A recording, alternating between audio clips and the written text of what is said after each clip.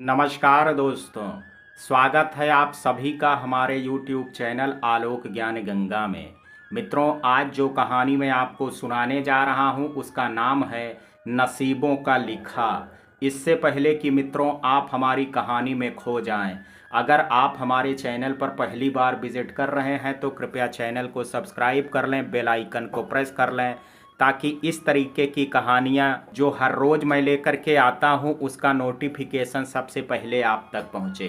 तो चलिए मित्रों, देर ना करते हुए कहानी को शुरू करते हैं। वैसे तो उसका नाम काजल था, पर गांव में सब उसे काली बोलते थे। वो सांवली थी पर उसके नए नक्श बहुत सुंदर थे। हमेशा बेहद चुप और शांत रहने वाली काजल आज जोर जोर से रोते हुए अपने घर के बाहर खड़ी थी। पूरे आस पड़ोस के लोग तमाशा देखने के लिए वहां आ खड़े हुए थे, पर कोई भी उसकी बददिमाग माँ और भाई को समझाने की कोशिश नहीं कर रहा था। कल ही तो उसके पापा का श्राद्ध कर्म समाप्त हुआ था और आज उसकी सौतेली माँ रचना देवी और छोटा भाई सोनू उसे घर से भगा रहे थे। माँ, ऐसा मत करो, तुम दोनों के सिवा अब मेरा कोई नहीं है माँ।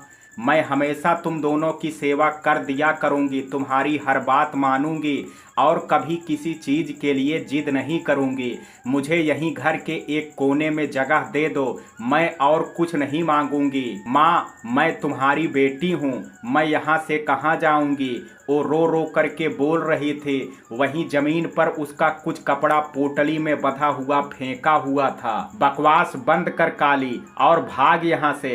तेरे बाप ने तेरे लिए कुछ भी नहीं छोड़ा है। अब मेरी ये हालत नहीं है कि मैं तुम्हारा बोझ सहूंगी। तुझे जहाँ जाना है जा, पर मैं तुझे इस घर में नहीं रहने दूंगी। इस 2 कमरे के घर पर सिर्फ मेरा और मेरे बेटे का हक है। तेरा बाप सिर्फ तेरा था, वो मर गया, अब यहाँ तेरा कोई नहीं है। जा यहाँ से। उसे धक्का दे करके बोलती रचना घर का दरवाजा बंद करने लगी थी। काजल बदहवास रोती उसके पैर ही नहीं छोड़ रही थी। गुस्से से उसका माथा गर्म हो चुका था। फिर उसके साथ खड़े 16 साल के सोनू से उसने कहा था, ए सोनुआ, इस काली को धक्का मार करके घर के बाहर फेंक और दरवाजा बंद कर ले। रुको, बंद करो ये तमाशा। अरे छोटे ठाकुर आए हैं। छोटे ठाकुर यहाँ क्यों आए होंगे? अगल बगल दर्शक बने लोगों के बीच खुसुर फुसुर शुरू हो गई थी। गांव के सारे लोग उनके यहाँ आने का कारण जानने को उत्सुक हो गए थे। छोटे ठाकुर, आप मेरी माँ को समझाएं ना, मुझे घर से ना निकाले, मैं अकेली कहाँ जाऊंगी? उन्हें देखते ही जैसे डूबते को तिनके का सहारा मिला था। वो बिलखते हुए उनके पैरों पर आ गिरी थी। ये हमारे घर का मामला है छोटे ठाकुर, आप इसमें अपनी टांग मत घुसाइए। इससे पहले कि वो कुछ कहते रचना बहुत बदतमीजी से बोल पड़ी थी। रचना देवी, मुझे तुमसे यही उम्मीद थी। अपने ना रहने पर काजल की इस स्थिति की आशंका मनोहर चाचा को थी। अपनी बेटी को तुम्हारे बुरे बर्ताव से बचाने के लिए वो हमेशा चिंता में रहते थे। इसलिए उन्होंने अपनी मासिक आमदनी में से कुछ कुछ रुपए बचा करके काजल के नाम पर 5 लाख रुपए मेरे पास जमा करवाए हैं। वो गुस्से से उसे देखते हुए बोला था। उनकी बातें सुन करके सब छोटे ठाकुर की ओर देखने लगे थे और रचना का पूरा शरीर नाच उठा था। 5 लाख की रकम सुन करके सोनू की तो आंखें बाहर निकलने लगी थी। 5 लाख? अरे काली बेटी, मैं तो ये सब मजाक कर रही थी। तू मेरी ही तो बेटी है। अब उनके बाद मैं ही तेरा ख्याल रखूंगी ना, और तुझे हमेशा प्यार करूंगी। चल बिटिया, अपने घर के अंदर चल। अपनी लोभ को दबाते वो काजल के कंधों से उठा करके खड़ी हो गई। रे सुनुआ, चल दीदिया की पोटली उठा करके घर में रखा। ठीक है माँ, वो बोला और नीचे से पोटली उठाने लगा था। मैंने अभी अपनी बात समाप्त नहीं की है रचना देवी। मनोहर चाचा ने मेरे पास सिर्फ पैसे ही जमा नहीं करवाए हैं, बल्कि उन्होंने काजल के जीवन की पूरी जिम्मेदारी भी मुझे सौंप दी है। वे गंभीर हो करके बोला तो सबकी आंखों में सवाल खड़ा हो गया था, पर वो तो चीख ही पड़ी थी। आप ये कैसी बातें कर रहे हैं छोटे ठाकुर? अभी काली के माँ और भाई जिंदा हैं। ये मेरी बेटी है और ये हमारे साथ ही रहेगी। आप इसके पैसे मुझे दे दीजिए, मैं और सोनू इसका बहुत ख्याल रखेंगे। वो अब गुस्से से बोली थी। अब भला इतने रुपए वो उनके पास थोड़े छोड़ देने वाली थी। रचना देवी, चुप हो जाओ, अपना ये ढोंग किसी और को दिखाना। अगर तुम्हें काजल से थोड़ा भी प्यार होता तो तुम अपनी जवान बेटी को यूं घर से बाहर निकाल करके सबके सामने तमाशा नहीं बना रही होती। बेहद सर्द आवाज में वो बोला था। उनकी फटकार से रचना पसीने पसीने हो गई थी। छोटे ठाकुर की नजर अब बिल्कुल चुप हो चुकी काजल पर पड़ गई थी। उसके सावले सलोने मुखड़े पर थप्पड़ और आंसुओं के गहरे निशान पड़े थे। उसका नरम दिल भर आया था। वो रचना की तरफ गुस्से से देखता बोला था, मनोहर चाचा ने अपने ना होने की स्थिति में काजल की पूरी जिम्मेदारी मुझे सौंपी है। इसके लिए उन्होंने पहले ही कोर्ट से पेपर बना करके मुझे सौंप दिया था। उसके मरने के बाद अब मैं ही इसकी देखभाल करूंगा। मुझे लगा ही था कि तुम दोनों माँ बेटा ये तमाशा श्राद्ध के बाद करोगे ही, इसलिए मैं आज यहाँ चला आया था। ये लो कोर्ट के पेपर्स पढ़ लो। उसने गुस्से से अपने हाथों में पकड़ा पेपर्स रचना देवी के मुंह पर फेंक दिया था। आज से काजल सिर्फ मेरी जिम्मेदारी है। अब ये मेरे घर में रहेगी और तुम दोनों माँ बेटा अपने छोटे से घर में ऐश करोगे। चलो काजल, अब तुम्हारा घर हवेली है, तुम वहीं मेरी माँ के साथ रहोगी। छोटे मालिक, ऐसा मत कीजिए, मेरी बेटी को मेरे पास ही रहने दीजिए, मैं इसका पूरा ख्याल रखूंगी। आप रोज आ करके जांच कर लिया कीजिए। वो कानूनी पेपर्स पर एक नज़र डालने के बाद अब हाथ जोड़ करके गिड़गिड़ाने लगी थी। ये सब नाटक छोड़ो और तुम दोनों माँ बेटे मेरी बात कान खोल करके सुन लो। आज के बाद कभी भी काजल से मिलने या उसे परेशान करने की कोशिश मत करना। मनोहर चाचा के साथ ये भी तुम लोगों के लिए मर गई है। तुम दोनों कभी भी हवेली की ओर मत आना, वरना मुझसे बुरा कोई नहीं होगा, समझे। वो बेहद गुस्से में आ चुका था। काली दीदिया, मुझे छोड़ करके मत जाओ, मैं तो तुम्हारा छोटा भाई हूँ ना, क्या तुम मुझे छोड़ दोगी। सोनू रोते हुए काजल का हाथ पकड़ बैठा था। अपनी माँ के संगत में वो भी बहुत चालबाजी सीख चुका था, इसलिए अब बात को संभालने की कोशिश करने लगा था, पर वो बिल्कुल चुप हो चुकी थी। तुम दोनों मेरी सोच से भी ज्यादा नीचे गिरे इंसान हो। 5 लाख रुपए की चकाचौंध में अब तुम दोनों को काजल से प्यार होने लगा है। वो बेहद हिकारत से बोलते हुए चिल्ला पड़ा था, अब अपना मुंह बंद कर लो, मुझे तुम दोनों की और कोई बकवास नहीं सुननी है। चलो काजल, यहाँ तुम्हारा कोई नहीं रहता है। तुम्हारे पापा ने तुम्हारे लिए बहुत बड़ा सपना देखा है जो तुम्हें पूरा करना है। उससे बोलता वो कुछ दूरी पर खड़े अपने जीप में जा बैठा था। काजल कुछ देर तो अपने आसपास सबको देखती रही, फिर अपनी पोटली सोनू के हाथ से ले ली थी। सोनू, अपना और माँ का ख्याल रखना, इतना सा बोल करके वो डबडबाई आंखों से अपने पापा के घर को निहारती पलट गई थी। रचना और सोनू की आंखों में काजल के लिए बेइंतहा नफरत की ज्वाला धधक रही थी, पर वो इस बात से बेपरवाह धीरे धीरे अपना कदम छोटे ठाकुर के जीप की तरफ बढ़ाने लगी थी। जिस घर से उसे अपनी डोली में बैठ करके ससुराल विदा होना था, वहां से आज वो एक अजनबी के साथ अनजान सफर पर विदा हो रही थी। उसके आंखों में आंसुओं की धारा फूट पड़ी थी। वो छोटे ठाकुर के द्वारा उसके लिए खोले गए दरवाजे से जीप में जा करके बैठ गई थी। ये लो काजल, अपने आंसू पोंछ लो, तुम्हारी आंखों में आंसू अच्छे नहीं लगते।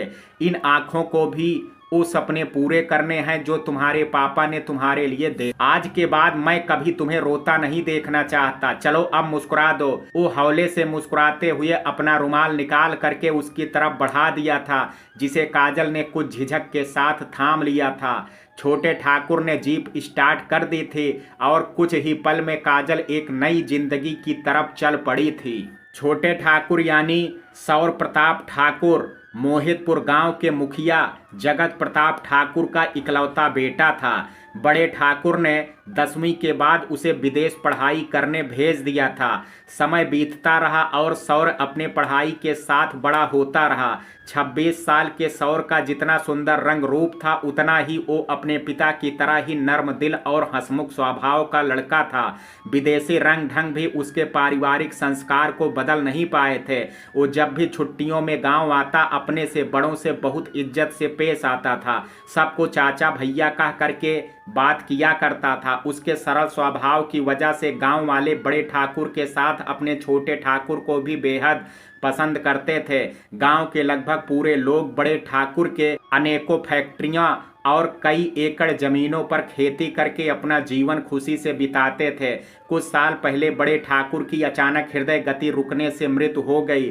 सौर की पढ़ाई के कुछ महीने बाकी थे, फिर भी वो सब कुछ छोड़ करके अपने गांव वापस आ गया था।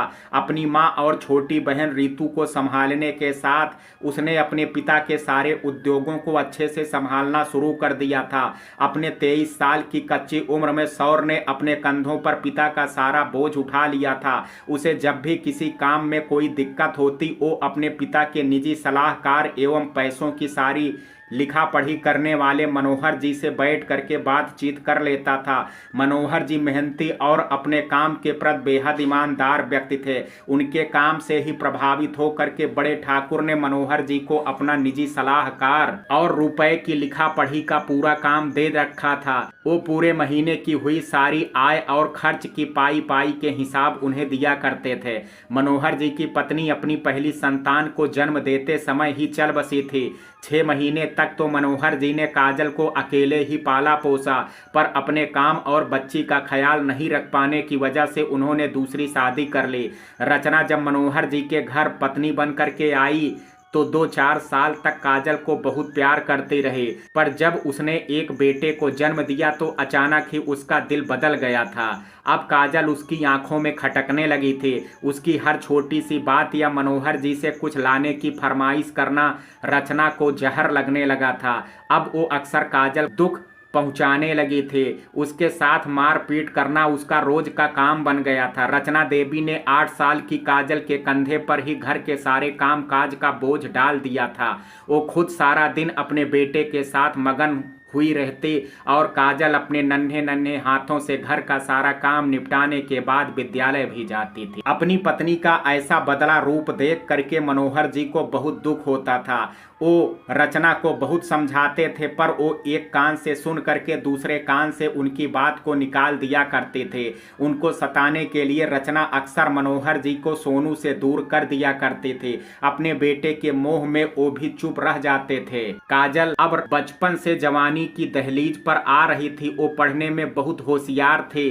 घर का सारा काम करते हुए भी वो अपने विद्यालय में पहले स्थान पर आते थे। इसलिए मनोहर जी उसे डॉक्टर बनाने की बात सोच रखते थे। वो कुछ पैसे रचना की आंखों से छुपा करके काजल के नाम पर रखने लगे थे। अपने ही घर में रचना और सोनू के द्वारा काजल को बात बात पर प्रताड़ित करने वाली आदत देख करके अब मनोहर जी अंदर ही अंदर घुलने लगे थे।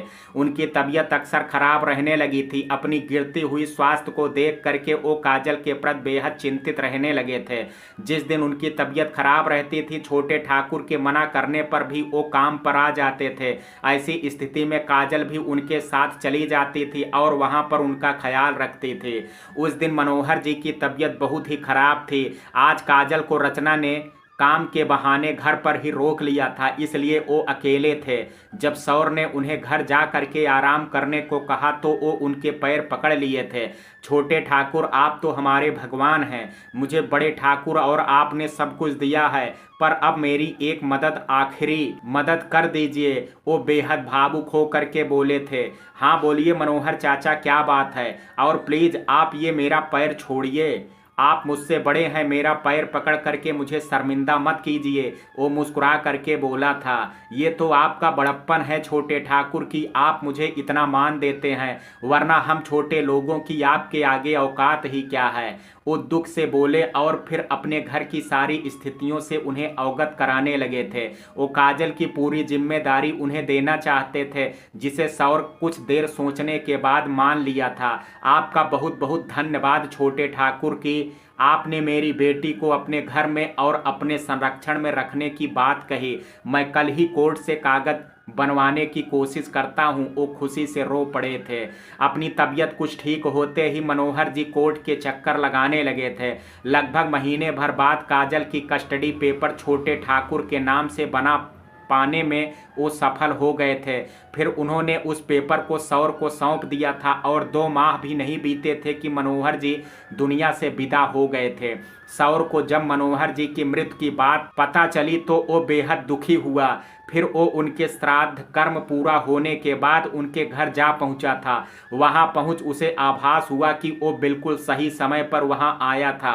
इस तरह काजल आज सौर के साथ उसकी छत्र छाया में रहने उसके घर आ पड़ी थी। काजल रुमाल से अपने आंसू पोंछ करके अपने पापा के सपनों के बारे में सोचने लगी थी।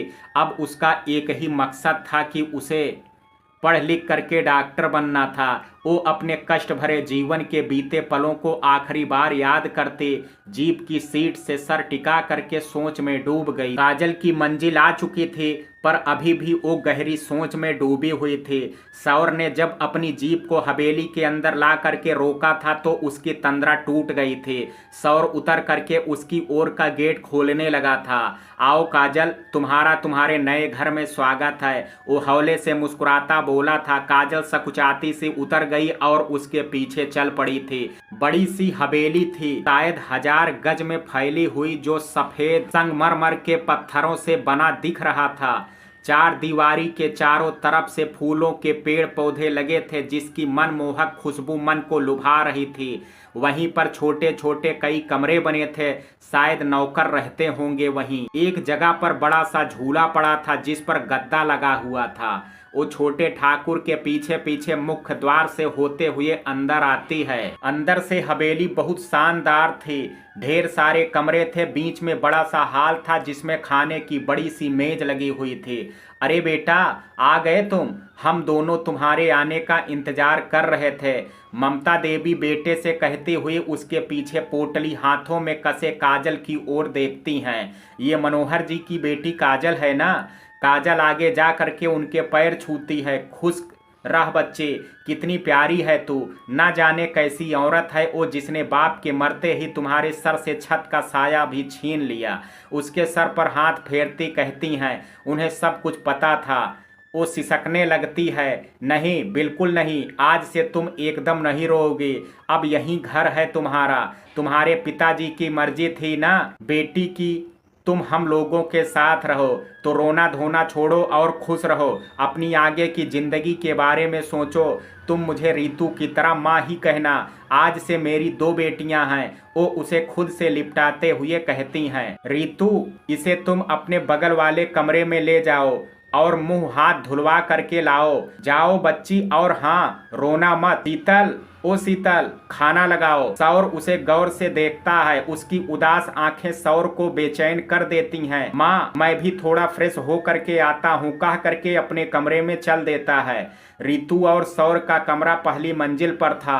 ममता जी खुद नीचे के कमरे में ही रहती थी और खाली पड़े कमरों में ताले लगे हुए थे। ठीक है माँ, आओ, तुम्हारा नाम क्या है? वो दोनों सीढ़ियों से ऊपर आ रही थी तो रीतू ने उससे पूछा। काजल, धीरे से बोल करके वो चारों तरफ घूम घूम करके देखने लगी। उसे अजीब लग रहा था ये सोच करके कि अपना घर छोड़ करके उसे यहीं रहना होगा। बहुत प्यारा नाम है। मेरा नाम रीतू है और मैं 12वीं में पढ़ती हूँ। तुम कौन से क्लास में हो? मैं भी 12वीं में पढ़ती हूँ। ओह, क्या सब्जेक्ट है तुम्हारा? Science, bio. और तुम्हारा? बाप रे, बायो, मेरी तो जान निकल जाए। मेरा तो आर्ट्स है। हम दोनों एक ही क्लास में हैं तो सहेलियां हुई ना। तो क्या तुम मेरी दोस्त बनोगी? वो काजल की तरफ हाथ बढ़ा करके बोलती है। हाँ ठीक है, चलो मैं तुम्हें सब चीजों से परिचित करवाती हूँ, रीतू उससे कहती है। वो चुपचाप उस लड़की को देखने लगी जो पूरे रास्ते बोलती ही रही। हाँ, तो ये रहा तुम्हारा कमरा, बगल में मेरा है। तुम्हें किसी चीज की जरूरत हो तो मुझसे बेझिझक कहना, मैं यहीं बैठती हूँ। तुम बाथरूम में फ्रेश हो करके आओ, कह करके वो बेड पर बैठ गई। बड़ा सा कमरा था जिसमें बेड के अलावा टेबल, कुर्सी, 2 बड़ी बड़ी खिड़कियां जिस पर सफेद पर्दे लगे थे। रोशनी के लिए छत से बड़ा सा फानूस लटका था जिससे कमरे में दिन के उजाले जैसी रोशनी फैली हुई थी। वहीं बगल में बाथरूम था। वो धीरे धीरे चलती अंदर गई। अरे, अब आ भी जाओ काजल, सब नीचे हमारा वेट कर रहे हैं। मुझे भी बहुत जोरों की भूख लगी है। काजल को रितु की आवाज़ आई तो वो रोना छोड़ करके बाहर निकली। अच्छा तो तुम रो रही थे? मैं अभी माँ और भैया से शिकायत करती हूँ। नहीं रितु, मत कहो, मैं रो नहीं रही थी, बस पापा की याद आ रही थी इसलिए आंखें भर आई थी। नहीं रोऊंगी मैं कभी। मुझे पापा के ख्वाबों को पूरा करना है। मैं अब कमजोर नहीं पड़ सकती। चलो, अब भूख नहीं लगी है। वो आंसू पोंछते हुए अंतिम शब्द मुस्कुरा करके कहती है, गुड गर्ल, ये हुई ना बात। चलो, तुम्हारी आवाज तो सुनाई दे। वो खिल उठती है काजल के बोलने पर। हाँ हाँ चलो, तुम्हें भी तो भूख लग गई होगी। उसे याद आता है पापा के जाने के बाद वो पूरे दिन में एक बार खाती थी, वो भी सबके खाने के बाद बचता था, तब उसे भूख का एहसास होता है। क्या सोचने लगी? चलो। रितु उसका हाथ पकड़ करके सीढ़ियों से नीचे आ जाती है।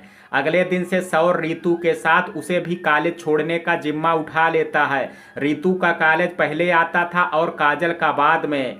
तो जब आज वो 15-20 दिनों बाद वहां पहुंची तो सब हैरान हो करके उसके साथ सौर को देख रहे थे। सौर की पर्सनालिटी ऐसी थी कि सब मुड़ मुड़ करके देखते थे।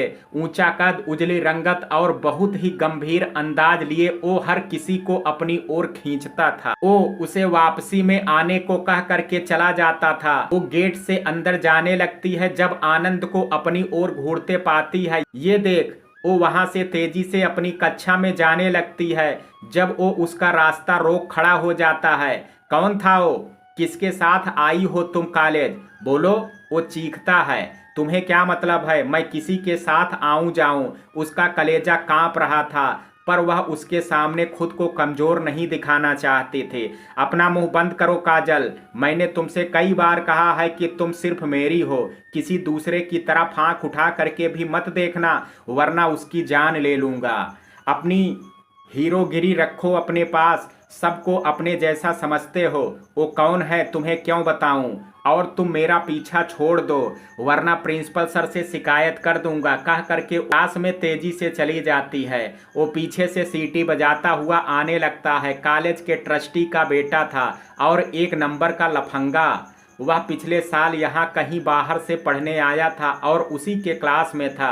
अपने बेकार दोस्तों के साथ सब लड़की को परेशान करना अपना हक समझता था। रूमी उसे पसीने से भीगी देख करके, क्या हुआ तुझे? आ यहाँ बैठ। अपने बेंच पर सीट देती उससे कहती है। वो उसकी अकेली सहेली थी जो काफ़ी निडर और तेज थी। डरपोक तो काजल भी नहीं थी, पर आनंद की आंखों में जो छिछोरापन और बेशर्मी की झलकता थी उससे वो डर जाया करते थे। वो आज फिर सीटी बजाता आ रहा है। देख काजल, तू उसका सामना किया कर, तभी वो तेरे पीछे आना छोड़ेगा। अगर तू ऐसे ही डर करके भागेगी तो पीछे परेशान करता रहेगा। मैं रोज तेरा इंतजार करती थी। कहाँ थी तू इतने दिन? मेरे पापा की मृत्यु हो गई, कहते हुए उसकी आंखें आंसुओं से भर जाती है।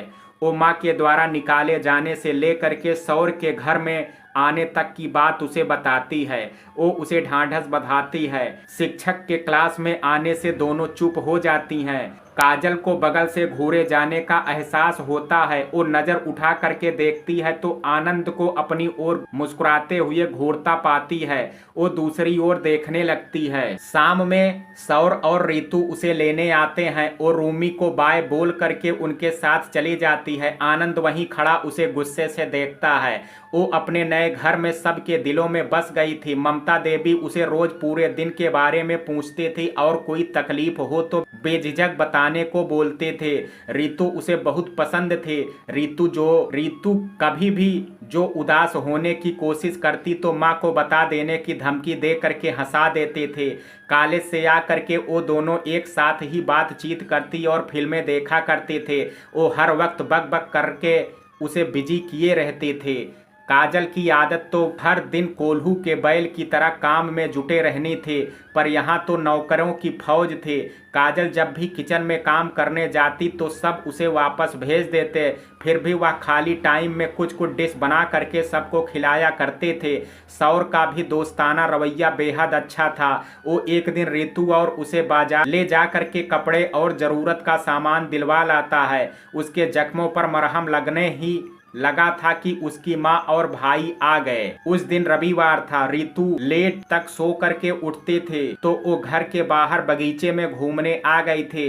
कुछ देर घूम करके झूले पर बैठी झूलते हुए आगे के बारे में सोचने लगे थे। सौर अपने कमरे में व्यायाम कर रहा था। खिड़की से उसे उदास बैठे देख करके वहीं से आवाज देता है, काजल क्या सोच रही हो? वो चौंक करके ऊपर देखती है और मुस्कुरा करके कुछ नहीं कहती है। वो उसे रुकने का इशारा करके तौलिया कंधे पर डालता नीचे आता है। तुम फिर रोने के मूड बना रही थी क्या? वो मुस्कुरा करके नहीं में सर हिला देती है। ट्राउजर और बनियान पहने माथे पर आते पसीनों को तौलिए से पोंछता काजल को बड़ा ही प्यारा लग रहा था। एक बार तो उसके दिल में शोर सा उठा पर वो उसे दबा गई थी।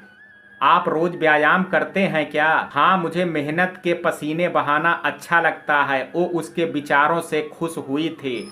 अरे अरे रुको तो, कौन हो तुम लोग? कहाँ तो घुसे चले जा रहे हो? मुख्य द्वार पर खड़ी गेट की चिल्लाया। वो दोनों अचानक ही पलटे थे। सौर आगे जा करके उन्हें रोकता है। ए रुको, बोला था ना तुम लोगों को हवेली की तरफ देखना भी मत। तो साहब जी हमें माफ कर दीजिए, हमारे सारे पैसे खत्म हो गए हैं। हम दाने दाने को मोहताज हो गए हैं। उन 5 लाख में से 2 लाख हमें दे दीजिए मालिक। सोनू बड़ा हो जाएगा तो कमा करके वापस कर देगा। रचना देवी रोते हुए सौर के पैरों पर गिर जाती हैं। अच्छा तो तुम लोग पैसों के लिए आए हो? तुम लोगों को एक फूटी कौड़ी भी नहीं मिलेगी। वो सारा पैसा काजल के नाम पर जमा है। डॉक्टर बनना है उसे। चले जाओ यहाँ से। बलबीर धक्के मार करके निकालो इन्हें। वो नौकर से कहता है। बेटी तू मालिक को समझा दो, नहीं तो 1 लाख भी दे दे हमें। हमने 3 दिनों से खाना नहीं खाया है बेटी। वो मगरमच्छी आंसू बहा करके उसे फुसला रही थी। वो कुछ नहीं बोलेगी, जाओ यहाँ से। अगली बार से यहाँ आए तो मार खा करके जाओगे। ले जाओ इन्हें। सौर गुस्से से बोलता है। काजल उसके लाल हो गए चेहरे को देखने लगती है। चलो काजल कह करके अंदर चल देता है। वो भी पीछे चल देती है। चल वरना धक्का दे करके भगाऊंगा। बलबीर 2-4 आदमियों को लेकर के आ गया था। काली, ओ काली, आज तू इस पराये के कारण मुझसे मुंह मोड़ करके जा रही है। एक दिन आएगा जब तुझे अपनी गलती का एहसास होगा। सुन रही है तू काली? चिल्लाते हुए वो चली जाती है। वो अपने कमरे में चली जाती है। माँ का बोला पराये शब्द उसके कानों में गूंजने लगती हैं। वो सोचने लगी, सच ही तो बोली है माँ, ये लोग तो पराये ही हैं। आज मेरे नाम पर 5 लाख होते हुए भी उन दोनों ने 3 दिन से खाना नहीं खाया है। मेरे अपने तो मेरी माँ और भाई हैं। वो सोच लेती है कल ही सारे पैसे निकाल करके माँ को दे आएगी। डाइनिंग हॉल में बैठे सब नाश्ता कर रहे हैं। सौर उसे ध्यान से देख रहा था। वो बस नाश्ता करने का दिखावा कर रही थी। काजल क्या बात है? कोई प्रॉब्लम है तो मुझसे बेझिझक कहो, पर नाश्ता तो ठीक से करो। वो टोके बिना नहीं रह सका। मैं सोच रही थी छोटे ठाकुर की आज माँ पैसे मांग रही थी। उन दोनों ने कई दिनों से खाना नहीं खाया है। आखिर जैसी भी हैं मेरी माँ ही हैं ना। आप कुछ पैसे उन्हें दे दीजिए ना छोटे ठाकुर। यहाँ मैं रंग बिरंगे भोजन करती हूँ और वो लोग दाने दाने को मोहताज हो गए हैं। ठीक नहीं है, वो उदास सी बोली। रितु और ममता जी को इस बारे में कुछ पता नहीं था, इसलिए वो दोनों काजल का मुंह देखने लगती हैं। देखो काजल, वो लोग जानते हैं कि तुम कितनी भोली हो। उनके दुख की बात सुन करके तुझसे रहा नहीं जाएगा और तू पैसे दे देगी। वैसे तुम उनसे कब मिली थी? ममता जी पूछती हैं। आज सुबह में वो दोनों आए थे माँ। उनकी हालत बहुत ही खराब थी। वो दोनों मुझे घर से और खुद से दूर कर दिए, पर मैं उन्हें अपना मानती हूँ। मैं उन्हें इस स्थिति में नहीं देख सकती। कह करके वो रोने लगती है। तुम रोना बंद करो। चलो तुम दोनों तैयार हो जाओ, आज हम लोग घूमने चलेंगे। मैं कुछ सोचता हूँ, चलो उठो। सौर काजल और रितु से कहता है। माँ आप भी चलिए। नहीं बेटा, मेरे जोड़ों का दर्द मुझे घूमने से रोकता है। तुम लोग जाओ और घूम आओ, मैं जा करके आराम करती हूँ। ममता जी कह करके उठती हैं। सौर उनके साथ चला जाता है। सौर, काजल तो उन दोनों के बातों में आ गई है, पर क्या करेगा तू बेटा? मैं बिल्कुल नहीं चाहती हूँ कि काजल कोई गलत फैसला ले। वो पैसे उसकी पढ़ाई के लिए मनोहर जी ने अपना खून पसीना बहा करके जमा किया है। वो काजल को बहकावे में आया देख करके चिंतित थी। माँ आप बिल्कुल चिंता मत कीजिए, मैं हूँ ना, सब ठीक कर दूंगा। आप आराम कीजिए, कोई दिक्कत हो तो मुझे फ़ोन कर दीजिएगा और नहीं तो बहादुर से कहिएगा मैं जल्दी ही आ जाऊंगा। सौर उन्हें बिस्तर पर लिटा देता है। हुर्रे, घूमने जाएंगे। चल काजल, आज तुझे मैं तैयार करूंगी। तू तो हमेशा सादा जीवन उच्च विचार का फार्मूला अपनाती है, पर आज छुट्टी में घूमने जा रहे हैं तो मेरी मर्जी चलेगी और तू मुझे रोक नहीं पाएगी। चल। रितु बहुत उत्साहित थी। आज बहुत दिनों बाद वो लोग घूमने जा रहे थे। रितु, मेरा दिल नहीं करता है कहीं जाने का। तू और छोटे ठाकुर चले जाओ, मैं माँ के पास रहूंगी। वो सौर के पैसों के बारे में कोई जवाब नहीं देने से दुखी थी। क्यों नहीं जाओगी तुम? यहाँ सब मेरी बात मानते हैं, समझे? जा करके तैयार हो, मुझे कुछ नहीं सुनना है। सौर माँ को पहुंचा करके आते हुए काजल की बात सुन करके कहता है, अब चलो। रितु उसे खींचते हुए ले जाती है। वो सर झुकाए उदास हो करके उसके पीछे जा रही है। बंसीलाल जी, मुझे 2 लाख रुपए कुछ देर में दे जाइए, जरूरी काम है। सौर अपने कमरे में बैठा अपने मैनेजर को फोन करके कहता है, ठीक है छोटे ठाकुर, मैं आधे घंटे में आता हूँ लेकर के। मैनेजर आ करके सौर को पैसा दे चुका था। इसके जाने के बाद वो तैयार हो करके बाहर आता है। रितु, काजल, तुम लोगों का हो गया तो अब चलो भी। 2 घंटे से तैयार हो रही हो दोनों। जी भैया, आप गाड़ी में बैठिए, हम आते हैं। रितु काजल के कमरे से निकल करके बोल करके फिर घुस चुकी थी। हे भगवान, ये लड़कियां भी ना। वो नीचे चल पड़ा। 10वीं बार हार्न की आवाज सुन करके वो दोनों दौड़ती हुई आ करके गाड़ी के पास आती हैं। सॉरी भैया, थोड़ा लेट हो गए। इस मैडम के नखरे ये नहीं लगाएगी, लोग क्या कहेंगे। वो थका करके रख दी, इसको तैयार करने में लेट हुई है। और काजल को गौर से देखता है। नीले सलवार और दुपट्टे के मैचिंग कपड़ों पर पीला कुर्ता उस पर बहुत खिल रहा था। कानों में छोटा सा झुमका और बालों की लंबी चोटी उसे अलग ही निखार रहा था। ओंठों पर गुलाबी रंग उसने चेहरे की अलग ही ताजगी दे रहे थे। वो उसके आज के रूप में खो गया था। भैया चलिए, लेट हो रहा है। रितु सीट पर बैठी बोलती है। काजल उसके बगल में बैठ जाती है। रितु के बोलने से होश में आता है। गाड़ी मुख्य द्वार से निकाल लेता है। वो लोग मंदिर जा करके पूजा करते हैं, फिर गांव में लगे मेले में घूमते हैं। रितु के मस्ती में काजल का दिल भी बहल जाता है और सौर भी खूब मुस्कुराता है। काजल कभी भी सौर को इतने खुल करके मुस्कुराते नहीं देखी थी। वो उसे एकटक देखने लगती है। वहां से निकल करके जिस रास्ते पर गाड़ी जाने लगी थी वो रास्ता काजल को कुछ कुछ जाना पहचाना सा लगता है। कुछ देर बाद गाड़ी जब उसके माँ के घर के आगे रुकती है तो वो सौर को कृतज्ञ दृष्टि से देखते हैं। उसके आंखों से 2 बूंद आंसू निकल जाते हैं। वो लोग उतर करके अंदर जाने लगते हैं कि रचना देवी और सोनू बाहर निकल आते हैं। अरे अब क्यों आई है यहाँ? उतनी बेइज्जती कम थी जो फिर करने आई है? रचना देवी काजल को गुस्से से कहती हैं। नहीं, कुछ काम है, अंदर चलो तुम दोनों। और उसे दरवाजे से हटने को इशारा करता है, पर वो दोनों दरवाजे के सामने दीवार बने खड़े थे। अब क्या काम है? घर में कुछ मेहमान हैं, आप लोग अंदर नहीं जा सकते हैं। जो भी कहना है यहीं कहिए, रचना देवी बहुत कर्कश आवाज में कहती हैं। मैं भी देखना चाहता हूँ कि कौन ऐसा मेहमान आया है जो हम लोगों से पर्दा करेगा। जब तक वो माँ बेटा सौर का इरादा समझ पाते, वो दोनों को धकेलता अंदर घुस जाता है। काजल और रितु भी पीछे दौड़ती हैं। अंदर का नजारा देख करके काजल चकित रह जाती है। उसकी माँ के बिस्तर पर नोटों की हजारों बंडल पड़े थे। माँ, इतने सारे पैसे कहाँ से लाई हो? उस दिन मुझसे मांगने आई थी, 2 दिन में इतने सारे पैसे कहाँ से आया? तू कौन होती है माँ से सवाल जवाब करने वाली? ये सारा पैसा हमारा है, जा यहाँ से। सोनू गुस्सा करके बोलता है, मैं यहाँ पैसा मांगने नहीं, वो 5 लाख देने आई थी। पर तुम लोगों के पास तो बहुत पैसा है। इसका मतलब माँ तुम मुझे झूठ बोली थी और मैं बुद्धू तुम्हारे झूठे आंसुओं के कारण अपने शुभचिंतकों से नाराज हो गई। वो गुस्से से जोर जोर से बोल रही थी। दोनों माँ बेटा सर झुकाए चुपचाप खड़े थे। ये मेरे पापा का घर है जिस पर कानूनी मेरा भी हक है। मैं चाहती तो कोर्ट से लड़ करके हिस्सा ले सकते थे, पर मैं तुम लोगों के खातिर कुछ नहीं बोली। पर तुमने आज मेरा विश्वास तोड़ दिया। अब एक पैसा नहीं दूंगी मैं। चारों तरफ देखते हुए चलिए छोटे ठाकुर, ये लोग सच में बहुत बुरे हैं। इनका जमीर मर चुका है। मुझ बेवकूफ़ को ये बात तब समझ आनी चाहिए थी जब ये एक माँ हो करके अपने मरे हुए पति की जवान बेटी को घर से भगा रही थी। मैं तभी इसको पहचान गई होती तो आज अफसोस नहीं होता।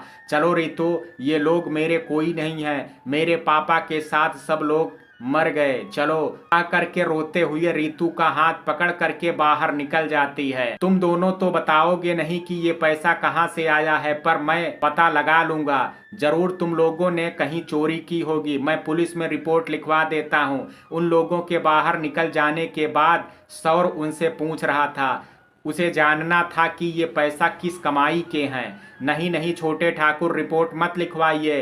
इसके पापा ने काजल के लिए गहने बनवाए थे और दहेज के लिए मुझे भी 5 लाख रखने को दिए थे, तो हम लोगों ने सारे गहने बेच दिए। ये पैसा उसी का है। रचना देवी सौर के कदमों में गिरी रो रही थी। बहुत ही गिरे हुए हो तुम दोनों। जी चाहता है गोली मार दूं, पर तुम्हें तो एक लड़की का दिल दिखाने की सजा भगवान देगा। एक बार तो आ गए, पर दोबारा मेरे घर आने की कोशिश मत करना, वरना जिंदा नहीं रहोगे। अत्यधिक क्रोध से सौर का चेहरा लाल हो गया था। वो रचना देवी को अपने पैरों से धकेलता बाहर आ करके गाड़ी में बैठकर चल दिया जहां वो दोनों पहले से बैठी थी। हा माँ, क्या शानदार एक्टिंग की है तूने। अच्छे अच्छों को मात दे दी। उन लोगों को देख करके पहले तो मैं डर गया, जब तुम मोर्चा संभाल ली तो धीरे धीरे डर गायब होता गया। पर पैसों के बारे में झूठ क्यों बोली कि वो दीदी के गहनों का है? तो क्या कहती ये काजल के झूठ मूठ के तय हो चुकी शादी कराने के बदले ली है? अब तुम बस देखते जाओ बेटा, इस सौर का क्या क्या करती हूँ। काजल को पनाह दी है ना उसने, उसकी आंखों के सामने इस लड़की का जीवन तहस नहस कर दूंगी। इसके बाप से मैं महीने के महीने सारा वेतन घर आते ही छीन लेती थी, फिर भी उसने मुझसे 5 लाख रुपए छुपा लिए।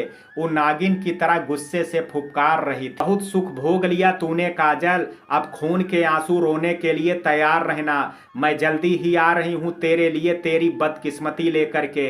हा, वो हंसते हुए बोलती है। उसकी हंसी में सोनू भी साथ देता है और वो लोग फिर से रुपए गिनने में लग जाते हैं। पूरे रास्ते वो सिसकती ही रही। रीतू के समझाने पर भी वो चुप नहीं हो पा रही थी। आज उसका फिर से विश्वास टूटा था। घर आए ही वो दौड़ती हुई अपने कमरे में चली गई और फूट फूट करके रोने लगी।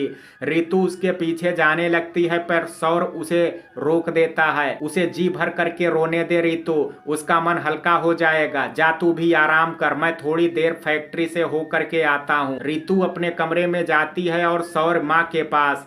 कैसे लालची लोग हैं वो लोग। एक तो उसे घर से निकाल दिया, ऊपर से उसके लिए रखे सामान को बेच करके पैसा ले लिया। हद है, कोई मतलब ही नहीं है अपने मान मर्यादा की। ममता जी भी गुस्से में आ गई थी जब सौर ने पूरी बात बताई तो। माँ, मुझे किसी ने बताया था कि वो दोनों बैंक से 3 लाख रुपए निकाले हैं। मुझे आश्चर्य हुआ है कि वे लोग तो पैसों के अभाव में 3 दिन से खाना नहीं खाए हैं, फिर 3 लाख कहाँ से आए? मैं अगर काजल को सच्चाई बताता तो वो शायद नहीं मानती, इसलिए मैं घूमने के बहाने उसे उन दोनों की सच्चाई दिखा दी। अब वो कभी भी उन लोगों पर विश्वास करके अपनी जिंदगी खराब नहीं करना चाहेगी। सौर धीरे धीरे पूरी बात बताता है। आपने मेरी आंखें खोल करके बहुत ही अच्छा किया छोटे ठाकुर, वरना मैं खुद से नजरें नहीं मिला पा रही थी। मुझे लग रहा था कि उन पैसों पर उन दोनों का हक है, पर आज सच्चाई समझ में आ गई। आपका बहुत बहुत धन्यवाद छोटे ठाकुर की मेरी आंखों पर लगा पर्दा उठा दिए। काजल सौर को धन्यवाद देने आई थी, जहां माँ बेटे की बातचीत की आवाज़ सुन करके वो बाहर से ही सुनने लगी थी।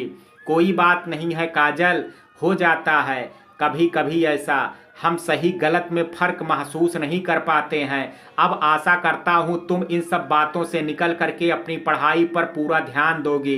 वो मुस्कुरा करके उसका सर सहला देती है। अच्छा माँ, मैं थोड़ी देर फैक्ट्री से हो करके आता हूँ, जल्दी ही आऊँगा। वो चला जाता है। इधर आ बेटी, देख तेरे पापा तुझसे बहुत प्यार करते थे ना, इसलिए तुम्हारे लिए एक सपना देखे कि तुम डॉक्टर बनो। तो बेटी उनके सपनों के लिए जी जान लगा करके पढ़ो, तुम्हारी परीक्षा नज़दीक है ना। अब तुम किसी भी बिना मतलब के बात की तरफ ध्यान मत देना। ममता जी प्यार से उसे समझा रही थी। कम दिनों में ही काजल उनके दिल का टुकड़ा बन गई थी। वो उसे रोता देख बेचैन हो गई थी। हाँ आप ठीक कहती हैं माँ, मैं चाय बना करके लाती हूँ, आप पियोगी ना। वो उठते हुए बोलती है। हाँ ले आ, और हाँ खुश रहा कर। वो उसे थपथपा करके बोलती हैं। अब वो अपना सारा ध्यान पढ़ाई पर लगाती है। उसकी और रितु की परीक्षा सर पर आ गई थी। दोनों दिन रात पढ़ने में एक की हुई थी। जैसे तैसे करके परीक्षा खत्म हो गई। अब काजल को भी चैन आया।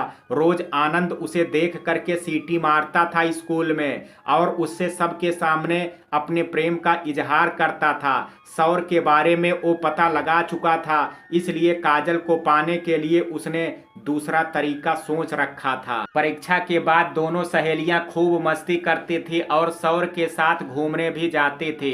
एक दिन शाम में जब वो लोग घूम करके आए तो हवेली के बाहर गैरेज में बड़ी सी गाड़ी लगी हुई थी। सौर जब बहादुर से पूछता है तो वो अंदर जाने का इशारा करता है। मुख्य द्वार से अंदर जाते ही हाल में ममता जी के पास एक लड़की बैठी थी, जो उसे देख करके दौड़ती आती है और उसके गले लग जाती है। हे सौर, कैसे हो? I miss you baby so much. क्या तुमने मुझे मिस किया? हाँ थोड़ा थोड़ा, काम बहुत था इसलिए ज्यादा नहीं कर पाया। वो उसे छेड़ता हुआ बोला और खुद से अलग किया। मेरी माँ से तो तुम मिल चुकी हो। ये रितु है मेरी छोटी बहन, और ये मेरे वर्कर की बेटी है काजल, जो अब हमारे घर की सदस्य है और पिछले 10 महीनों से यहीं रहती है। वो लिली से सबका परिचय करवाता है। रितु और काजल, ये मेरी लंदन यूनिवर्सिटी फ्रेंड लिली है, जो मुझे अचानक आज सरप्राइज कर दे। हंस करके बोलता है सौर। हाय रितु, हेलो काजल, कैसी हो तुम लोग? वो काजल का परिचय जान करके कुछ खास खुश नहीं थे। हाय लिली, ठीक है हम, आप कैसी हैं? रितु पूछती है। लिली का काजल का घूरना उसे अच्छा नहीं लगता है। तभी चल काजल, सॉरी लिली, हम लोग घूम करके थक गए हैं तो आराम करने जा रहे हैं, कह करके उसे खींचती ले जाती है। तब लिली, यहाँ इंडिया कैसे आना हुआ? वो कुर्सी पर बैठता हुआ बोला। ममता जी उठ करके बगीचे में टहलने चली गई थी। वो दोनों वहीं गप्पे मारने लगे थे। मेरे चाचा जो हैदराबाद में रहते हैं, उनकी बेटी की शादी है, जिसमें शामिल होने मम्मी और पापा मुझे ले आए हैं। आएंगे तुमसे मिलने किसी दिन। वो उसकी तरफ देख करके बोला। क्यों, कोई काम है? तो मैं खुद ही मिल लूंगा उनसे जा करके। है कोई काम खास? आखिर तुमने उनकी बेटी का दिल जो चुरा लिया है। वो हंसते हुए बोलती है। तुम भी ना वैसी ही मजाकिया हो। 2 साल से ऊपर हो गए पर तुम बदली बिल्कुल भी बदली नहीं हो। पर तुम बदल गए हो सौर। मैं हमेशा तुमको याद करती थी, तुम्हारे फोटो को देखा करती थी, पर तुम मेरे ढेर सारे मैसेज के बदले एक मैसेज कर देते थे। पर अब मैं आ गई हूँ, तुम्हारे पास हमेशा ही रहूंगी। सौर उसके बातों को इग्नोर करता हुआ उसे आराम करने को बोलता है और रात के खाने पर मिलने की बात बोल करके शीतल से कह करके उसे गेस्ट रूम में भेज देता है। सौर की नींद अपना दरवाजा पीटे जाने पर खुली। कौन है? आ रहा हूँ। जब तक वे कपड़े और चप्पल पहनता तब तक लग रहा था कि दरवाजा खुलवाने के लिए नहीं, तोड़ने के लिए पीटा जा रहा है। अरे कौन है? रुको, आ रहा हूँ, खोल रहा हूँ, रुको तो। तुम? फिटिंग जीन्स और स्लीवलेस टॉप पहने, मेकअप से पुता चेहरा लिए लिली बन ठन करके उसके सामने खड़ी थी। ओह, तुमने तो सुबह सुबह मेरा मूड खराब कर दिया लिली। भला ऐसे तो कोई किसी को उठाता है? वो खींचते हुए बोला। अरे भाई अंदर तो आने दो। वो उसे धकेलते हुए अंदर घुस करके बेड पर बैठ जाती है। अरे बाबा अंदर आ जाओ। अब क्या वहीं खड़े रहोगे? वाह, तुम्हारा कमरा तो शानदार है। हाँ तो क्या कह रहे थे तुम कि ऐसे नहीं उठाया जाता है? तो मिस्टर सौर प्रताप ठाकुर, जरा पिछली बातों को याद करो कि जब तुम हॉस्टल में थे तो मैं तुम्हें कैसे जगाती थी। वो बात पुरानी हो गई लिली। मेरी दुनिया अब बदल गई है। जब तक पापा जिंदा थे मैं जिंदगी की रंगरेलिया में खोया हुआ था, पर अब सबको मेरी जरूरत है। मैं अब उन पुरानी दुनिया में नहीं जा सकता। वो अपनी सच्चाई बता रहा था। तुम नीचे चलो, मैं फ्रेश होकर के आता हूँ। वो बाथरूम में जाने के लिए अलमीरे से टॉवल लेता है, पर लिली छीन लेती है। अरे ओ बुद्धू राजा, मैंने शीतल को चाय यहीं लाने को बोल दिया है, आ जाएगी लेकर के। अभी तो तुमको पुरानी बातें याद दिलानी है, कह करके उसे धक्का दे करके बेड पर गिरा देती है और खुद उसके ऊपर चढ़ जाती है। मेरी तरफ देखो सौर, मैं यहीं तुम्हारे लिए आई हूँ, तुम्हें अपना बना करके तुम्हारे दिल में रहने। I love you so much सौर्य। वो जज्बाती हो करके कहती, उसके ऊपर लेट करके उसे चूमने लगती है। छोटे ठाकुर चाय, वो कहते हुए सौर के कमरे में घुस चुके थे। शीतल के हाथ में उसने ये कह करके चाय ले लिया था कि मुझे छोटे ठाकुर से अपना रिजल्ट चेक करवाना है, पर यहाँ का नजारा देख करके उसके होश उड़ गए थे। चाय की ट्रे उसके हाथों में थरथराने लगा और वो झट से पीछे मुड़ करके निकलने लगी थी। ओ हटो लीली, ये बच्चों वाली हरकतें मत किया करो, अब बड़ी हो चुकी हो तुम। वो काजल को देख करके नर्वस हो गया था, उसे अपने ऊपर से हटा करके उठ बैठा। आओ काजल, आज तुम आई हो चाय लेकर के, कोई काम था क्या? वो उसके कांपते हाथों से ट्रे लेकर के साइड टेबल पर रखता बोला। उसके बनियान पर लिली की लिपस्टिक के निशान लग गए थे। नहीं छोटे ठाकुर, आज हमारा रिजल्ट आने वाला है, इसलिए मैं आपको बोलने आई थी कि मैं लैपटॉप पर चेक करके बताइए। वो सर झुकाए धीरे से बोली। उसे खुद पर गुस्सा आ रहा था कि वो थोड़ा सा इंतजार कर लेती तो छोटे ठाकुर खुद ही नीचे आ जाते। सौर की तरफ वैसे भी वो कभी नजरें मिला करके नहीं देखते थे, पर आज जो देखी उसके बाद तो और भी मुश्किल था सौर की आंखों में देखना। अच्छा तुम नीचे चलो, मैं 2 मिनट में फ्रेश होकर के आता हूँ, वहां पर दिखा दूंगा। रितु उड़ गई क्या? वो उसे शर्मिंदा नहीं कर सकता था, इसलिए उसे वहां से नीचे जाने को बोला। वो नहीं में सिर हिलाती है तो उसे रितु को उठाने को बोलता है और चाय पीने लगता है। हे यू, क्या तुम्हें पता नहीं है कि किसी के कमरे में घुसने से पहले नॉक किया जाता है? यू इडियट, तमीज नाम की चीज नहीं है तुम में। लिली उसे बुरा तरह से फटकार रहे थे। उसे इतना अच्छा मौका गंवा देने का अफसोस था। उसकी आंखों से आंसू झरझर बहने लगे और वो सॉरी बोल करके चली जाती है। तुम्हें ऐसे नहीं बोलना चाहिए था लिली, बेचारी को इतनी छोटी सी उम्र में बहुत कष्ट झेलना पड़ा है। सौर उसे अफसोस से देखता बोला और कप रख करके बाथरूम में चला गया। माई फुट, इस 2 टके की लड़की के लिए तुम्हारे दिल में बहुत सहानुभूति है, पर मेरे लिए कुछ एहसास नहीं है। जो लम्हे तुम भूल चुके हो वो तुम्हें याद कराऊंगी मैं, और इस काली कलूटी को तो मैं खुद निपट लूंगी। वो मन में सोच करके पैर पटकती अपने कमरे में चली जाती है। नाश्ते से निपटने के बाद रितु उसे घेर चुकी थी। भैया जल्दी कीजिए, सबका रिजल्ट आ गया है, हम दोनों अभी तक अनजान हैं। उसका सब्र खत्म हो गया था। देख ही रहा हूँ, खुलने तो दो पहले। सौर हंस दिया उसके उतावलेपन पर। काजल वहीं चुपचाप खड़ी थी। लिली अपने कमरे से बाहर आई। वो सब एक दूसरे को मिठाई खिला रहे थे और शीतल उसकी तरफ मिठाई की प्लेट लेकर के आ रही थी। वो उसे नीचे ही रुकने का इशारा कर आती है। किस बात का जश्न मनाया जा रहा है? वो सौर से पूछती है। लिली, मैं और काजल फर्स्ट डिवीजन में पास हुए हैं और काजल तो अपने कॉलेज में टॉप की है। लो तुम भी मुंह मीठा करो और हमारी खुशी में शामिल हो जाओ। वो एक पीस मिठाई काजल से ले करके उसके मुंह में डालने के लिए आगे बढ़ती है। नो नो, मैं स्वीट्स नहीं खाती, डाइटिंग पे हूँ। वो पीछे हट करके कुर्सी पर बैठ जाती है। रितु का मुंह लटक जाता है। अरे तू काजल को खिलाना, उसे आज जितना मिठाई खिलाएगी उतना कम है। क्यों काजल, ठीक कह रहा हूँ ना मैं? पूरे कॉलेज में टॉप की है, सारा मिठाई खा सकती है। लिली के मना कर देने से रितु को उदास देख सौर उससे हंस करके कहता है। वो हंस देती है। हाँ बेटा, आज काजल ने अपने पिता का नाम ऊंचा कर दिया है। आज उनकी आत्मा खुश हो रही होगी। बेटी, अब तुझे उनका डॉक्टर बनने का सपना भी पूरा करना है। ममता जी उसे प्यार से दुलारते हुए बोली। हाँ माँ, आपको आशीर्वाद रहेगा तो मैं जरूर डॉक्टर बनूंगी। काजल उनके गले लग करके रो पड़ती है। अरे अब रो क्यों रही है? तुम्हें तो खुश होना चाहिए, रितु उसको टोकती है। हाँ माँ, हाँ मैं बहुत खुश हूँ रितु, बस पापा की याद आ गई, वो आंसू पोंछते हुए बोली। चलो आज रितु और काजल की शानदार रिजल्ट के खुशी के उपलक्ष्य में मैं सबको मेरी तरफ से पार्टी। सौर उसे खुशी करने के लिए बोलता है। उसकी आंखें आंसू से भरी हुई बहुत खूबसूरत हो गई थे और रितु से हंस करके बात करने से ऐसा लग रहा था मानो कड़क धूप में अचानक ही झमाझम बारिश हो रही हो। लिली सारा तमाशा देख करके बोर हो गई थी। चलो कहीं तो घुमाओगे इन लोगों के खुशी में ही सही। चलो मैं रेडी हूँ, वो सौर के पास आती बोली। ये लंदन नहीं है लिली, गांव है। यहाँ ऐसे कपड़े नहीं चलते हैं, तुम कुछ अच्छा सा पहन लो काजल की तरह। ममता जी उसे टोकी।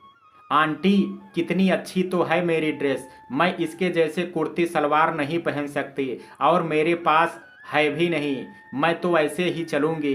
क्यों सौर, ठीक है ना? उसे गुस्सा आ गया था काजल से खुद की तुलना पर, लेकिन खुद को संभालती वो जवाब दे करके सौर से पूछ रही थी।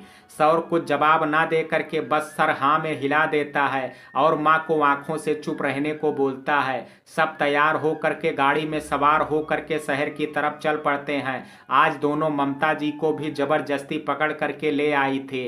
वो भी खुश थी। लिली सौर के साथ आगे बैठी थी और ये तीनों पीछे। वो लोग शहर में खूब घूमते हैं। सौर उन दोनों को गिफ्ट देता है खरीद करके और ममता जी एक एक सोने की चेन दोनों के लिए खरीदती हैं। लिली मुंह बनाए खड़ी थी। तभी सौर ने उसे एक घड़ी खरीद करके दी। लो लिली, ये तुम्हारे लिए। वो खुश हो जाती है और अपना हाथ आगे कर देती है। पहना दो तुम खुद से। ममता जी बेरुखी से उसकी ओर देखती हैं। उसे लिली का बेबाक अंदाज बिल्कुल अच्छा नहीं लगता। वो काजल रितु सी बातों में लग जाती है। काजल सब कुछ देख रही थी, उसे भी लिली कुछ ज्यादा अच्छी नहीं लगी, पर वो जान गई थी सौर और वो एक दूसरे से प्यार करते हैं। सब देर रात तक खाना पीना खा रहे थे, सब बहुत खुश हैं और काजल तो कुछ ज्यादा ही खुश थी।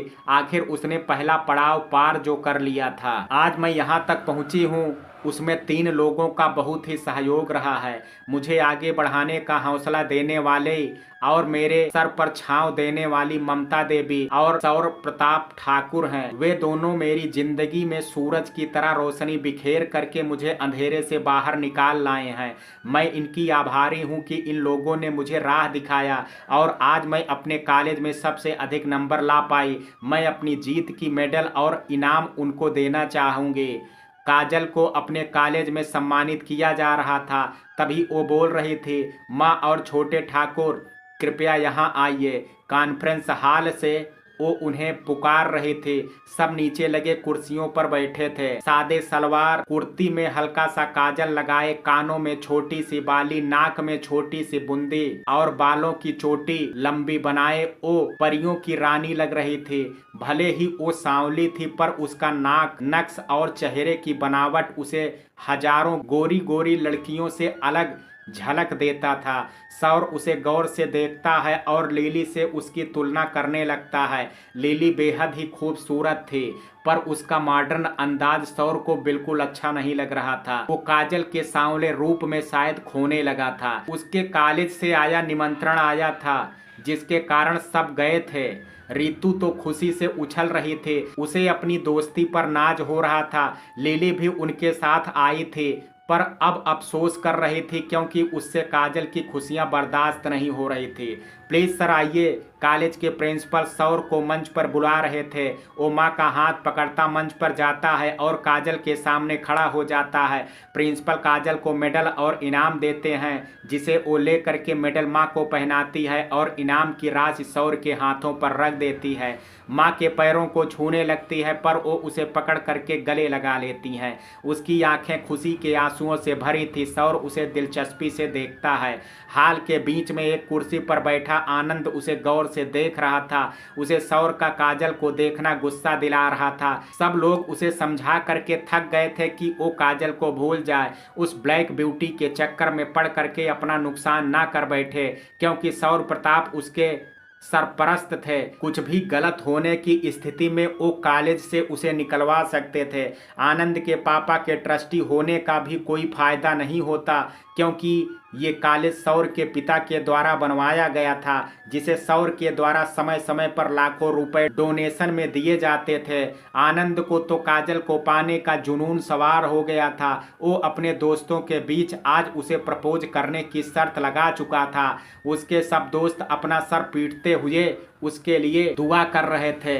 प्रोग्राम समाप्त होने के बाद काजल रितु को अपनी सहेली रूमी से मिलाने लाती है। ये मेरी पहली और अंतिम सहेली रूमी, और रूमी ये मेरी सहेली रितु। ये दोनों का परिचय कराती है। सौर ममता जी और लिली के साथ कॉलेज के ऑफिस में बैठा था, जहां प्रिंसिपल उनकी आव भगत में लगे थे। इसी बीच आनंद एक लड़की को काजल को बुलाने को कहता है। मोनी, जा करके काजल से कहो प्रिंसिपल सर उसे ऑफिस में बुला रहे हैं, और हाँ, मेरा नाम मत बोलना, वरना पता है ना कि मैं क्या कर सकता हूँ तुम्हारे साथ। वो उसके कंधे से दुपट्टा उतार करके उसके हाथों में डाल करके मसल देता है। अब जा और किसी से भी इस बारे में बात मत करना। हंसता हुआ सीढ़ियों के पास उसके आने का इंतजार करने लगता है।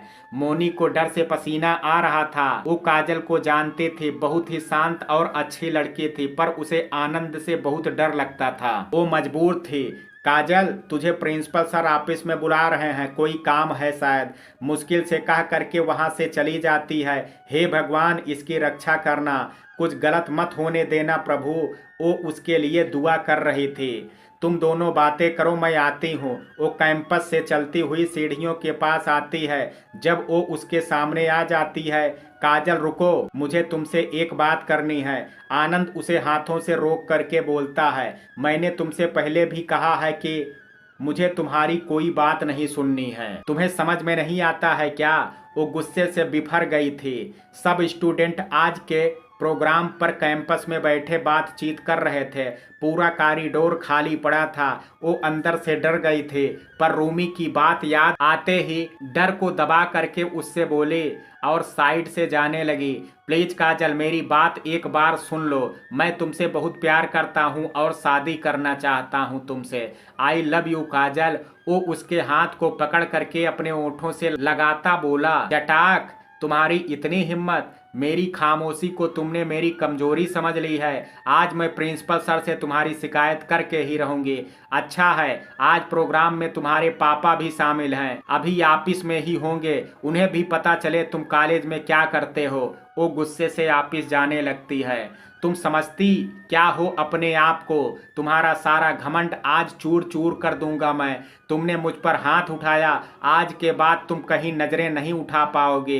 तुम्हारा वो हाल कर दूंगा मैं, कह करके उसे खींचता वहीं एक कमरे में ले जाता है। नहीं, छोड़ो मुझे, वो चिल्लाना चाहती थी, पर वो उसके मुंह को हाथों से बंद कर देता है, उसका दुपट्टा उतार करके फेंक देता है और उसे बेंच पर ढकेलता है। वो रो रही थी और बचाओ बचाओ चिल्ला रही थी। प्लीज मुझे माफ कर दो, मुझे तुम पर हाथ नहीं उठाना चाहिए था, माफ कर दो, ऐसा मत करो। वो बाहर भागना चाहती थी, पर वो उसे अपनी बाहों में कस करके पकड़ लेता है। वो जोर जोर से रो करके चिल्ला रही थी और उसे खुद से दूर कर रही थी। मोनी उसके पीछे पीछे आई थी। ये देख करके उससे रहा नहीं गया और वो दौड़ती हुई रितु और रूमी के पास जाती है। रूमी, रूमी, जल्दी चल, जल्दी, क्या हुआ तुझे? मुझे कुछ नहीं हुआ। आनंद काजल के साथ जबरदस्ती कर रहा है, चल बचा उसे। उसकी सांस फूल रही थी।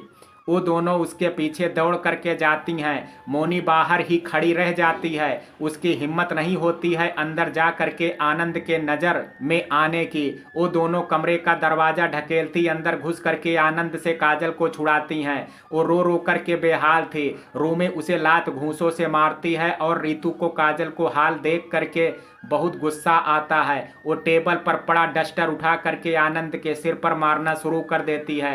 काजल अपना दुपट्टा ओढ़ती है। आनंद उन दोनों की पिटाई से घबरा करके भाग जाता है। वो तीनों उसे वॉशरूम ले जाती हैं और उसका चेहरा धो करके उसे चुप होने को बोलती हैं। रितु सौर को फोन लगाने लगती है पर काजल उसे रोक देती है। नहीं रितु, छोटे ठाकुर को मत बताओ, वो उसे मार डालेंगे और मेरी भी बदनामी होगी। वो यही चाहता है कि मैं बदनाम हो जाऊं। रो करके उसकी आंखें फूल गई थी। मुझे माफ कर दो काजल, उसने मेरा दुपट्टा खींच करके धमकी दी थी कि अगर मैंने उसकी बात मान करके तुम्हें नहीं बुलाया तो मुझे छोड़ेगा नहीं, पर मैं तुम्हारे पीछे ही थी।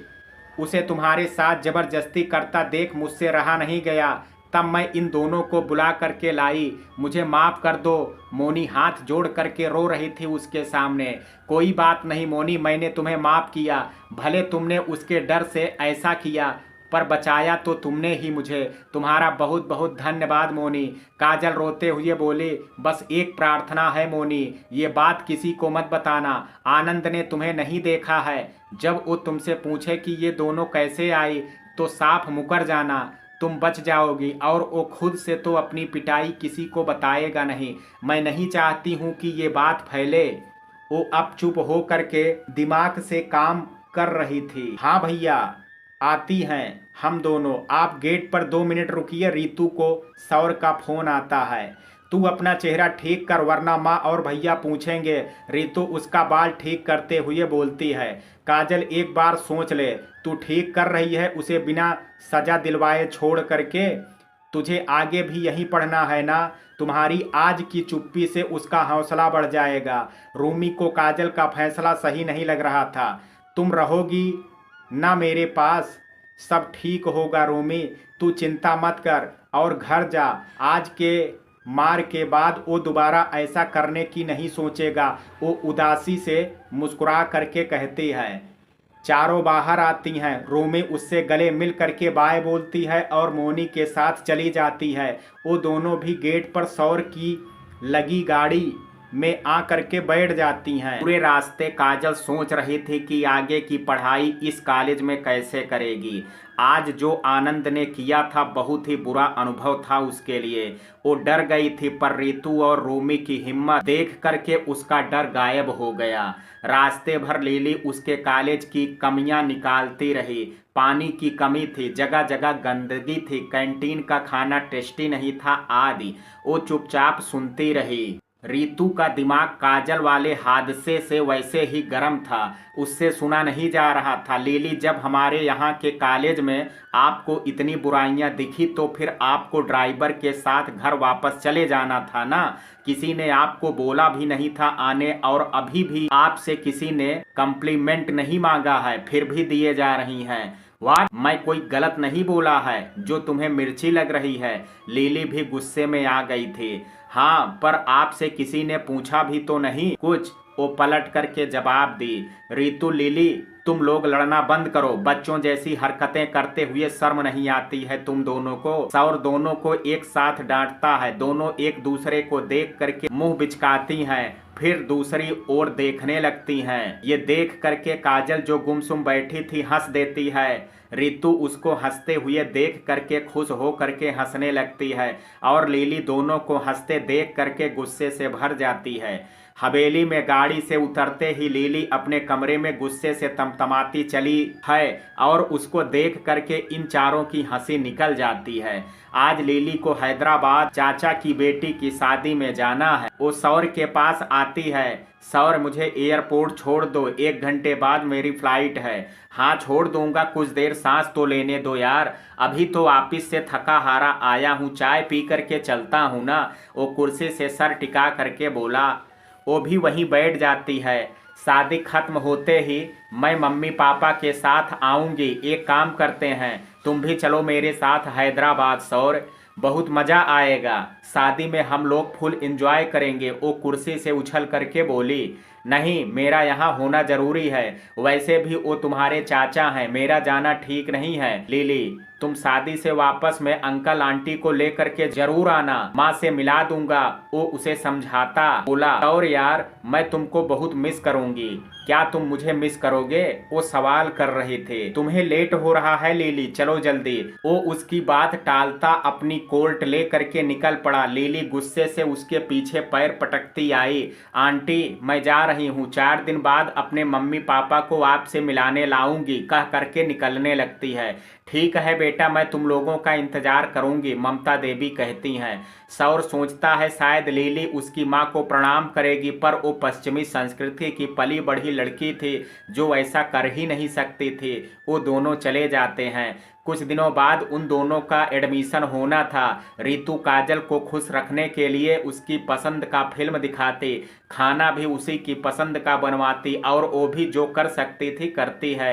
काजल भी अब उस घटना को भूलने की कोशिश कर रही थी। रितु सौर से बात करके काजल के कॉलेज में एडमिशन करवा देती है। वो भी दोनों को अलग अलग कॉलेज से लाने पहुंचाने का काम करके परेशान हो गया था, इसलिए रितु की बात मान जाता है। वो दोनों अब एक साथ कॉलेज जाने लगी। सौर को भी आसानी हो गई। दोनों का सेक्शन और सब्जेक्ट अलग था, पर वो थी तो एक ही कॉलेज में, इससे दोनों बहुत खुश थे। अब रितु, काजल, मोनी और रोमी ये चारों पक्की सहेलियां बन चुकी थी। काजल का सब्जेक्ट बायोलॉजी था और वो तीनों आर्ट्स लेकर के पढ़ रही थी। आनंद का कहीं अता पता नहीं था, वो अब कॉलेज नहीं आ रहा था। इस बात से चारों बहुत खुश थे। उस दिन सौर जब उन दोनों को लेने कॉलेज गया तो रूमी से वो लोग बातें कर रहे थे। रूमी को देख करके सौर की धड़कनें एक अलग ही अंदाज में चलने लगती हैं। कॉलेज के व्हाइट सूट पर लाल दुपट्टा लिए वो धूप की गर्मी से लाल हो रही थी। उसका सुंदर चेहरा बेहद खूबसूरत लग रहा था। वो उसे चोरी चोरी देखने लगता है। इस बात को रूमी भी महसूस करती है। सौर चाहता था कि वो लोग कुछ देर बातें करते रहें और वो रूमी को देखता रहे, पर वो दोनों बेवकूफ़ सहेलियां बाय बोल करके जल्दी से गाड़ी में बैठ जाती हैं और सौर को जाना पड़ता है। वो शीशे से दूर तक उसको जाते देखता रहता है। गाड़ी के हॉर्न की आवाज़ पर शीतल दौड़ती बाहर निकलती है तो लिली, जो अपनी मम्मी पापा के साथ आई थी, उसे ममता जी को बुला करके उन लोगों का स्वागत करने को बोलती है। कौन है शीतल चाची? दरवाजे पर जो इतनी जोर से हॉर्न बजा रहा है? सब हाल में बैठे चाय पी रहे थे, सौर ने शीतल से पूछा था। छोटे ठाकुर, लिली बेटी आई है, बड़ी मालकिन को बाहर आने को बोल रही है ताकि वो उनके मम्मी पापा का स्वागत कर सके। माँ आप बैठिए, मैं आता हूँ, उन लोगों को लेकर के आता हूँ। शीतल चाची आप अच्छे से नाश्ते का व्यवस्था कर लीजिए। सौर माँ को रोकते हुए खुद बाहर जाता है। उन लोगों के पैर छूता सौर अंदर लाता है। ममता जी हाथ जोड़ करके दोनों का अभिवादन करती हैं और बैठाती हैं। रितु और काजल भी उन दोनों को प्रणाम करती है। सबसे परिचित होने के बाद शीतल चाय नाश्ता ले आती है। सब उसमें लग जाते हैं। मोहनी देवी सब के लिए बैगों में भर करके गिफ्ट लाई थी, जिसे लिली शान से सबको देती है। ममता जी इसकी क्या ज़रूरत थी, बस यही कहती हैं। और रितु लिली की कुटिल मुस्कान वाली शक्ल देख करके गुस्से से गिफ्ट ले करके चली जाती हैं। काजल को देते वक्त लिली एहसान करने जैसा व्यवहार करती है। सौर को प्यार से जीन्स देती है। विजेंद्र प्रताप और मोहनी देवी हवेली की भव्यता देख करके अचंभित थे। वो तो उन्हें लिली के कारण आना पड़ रहा था, वरना वो लोग तो शादी खत्म होते ही जल्द से जल्द लंदन भागना चाह रहे थे। उन्हें यहाँ का पानी रास नहीं आ रहा था। विजेंद्र प्रताप के दादा पंजाब से जा करके लंदन में बस गए थे। उनका बहुत बड़ा बिजनेस था जिसे वो अपने छोटे भाई के साथ मिल करके चलाते थे। पंजाब में उनके रिश्तेदारों के घर थे जिसमें शादी में शामिल होना पड़ता था।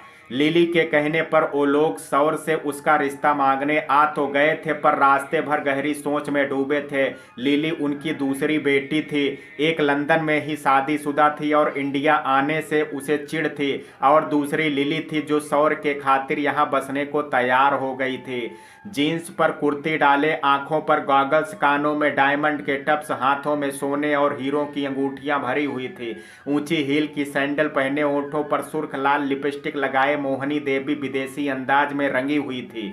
विजेंद्र प्रताप नीले सूट में और हीरो की अंगूठी पहने अपनी दौलतों की नुमाइश करने में लगे रहे। सब लोग नाश्ते के बाद बातचीत करने में लगे थे। सौर, तुम अपना बिजनेस लंदन तक फैला सकते हो, मैं तो हूं ना, तुम्हारी हेल्प करूंगा। विजेंद्र जी उससे कहते हैं। उस सौर का इरादा जानना चाह रहे थे। नहीं अंकल, पापा के जाने के बाद माँ का और रीतू का ख्याल मुझे ही रखना है, और अब तो काजल भी है। अगर विदेश में कारोबार जाएगा तो समय ज़्यादा देना पड़ेगा, जो मैं नहीं कर पाऊंगा, इसलिए मैं यहीं ठीक हूँ।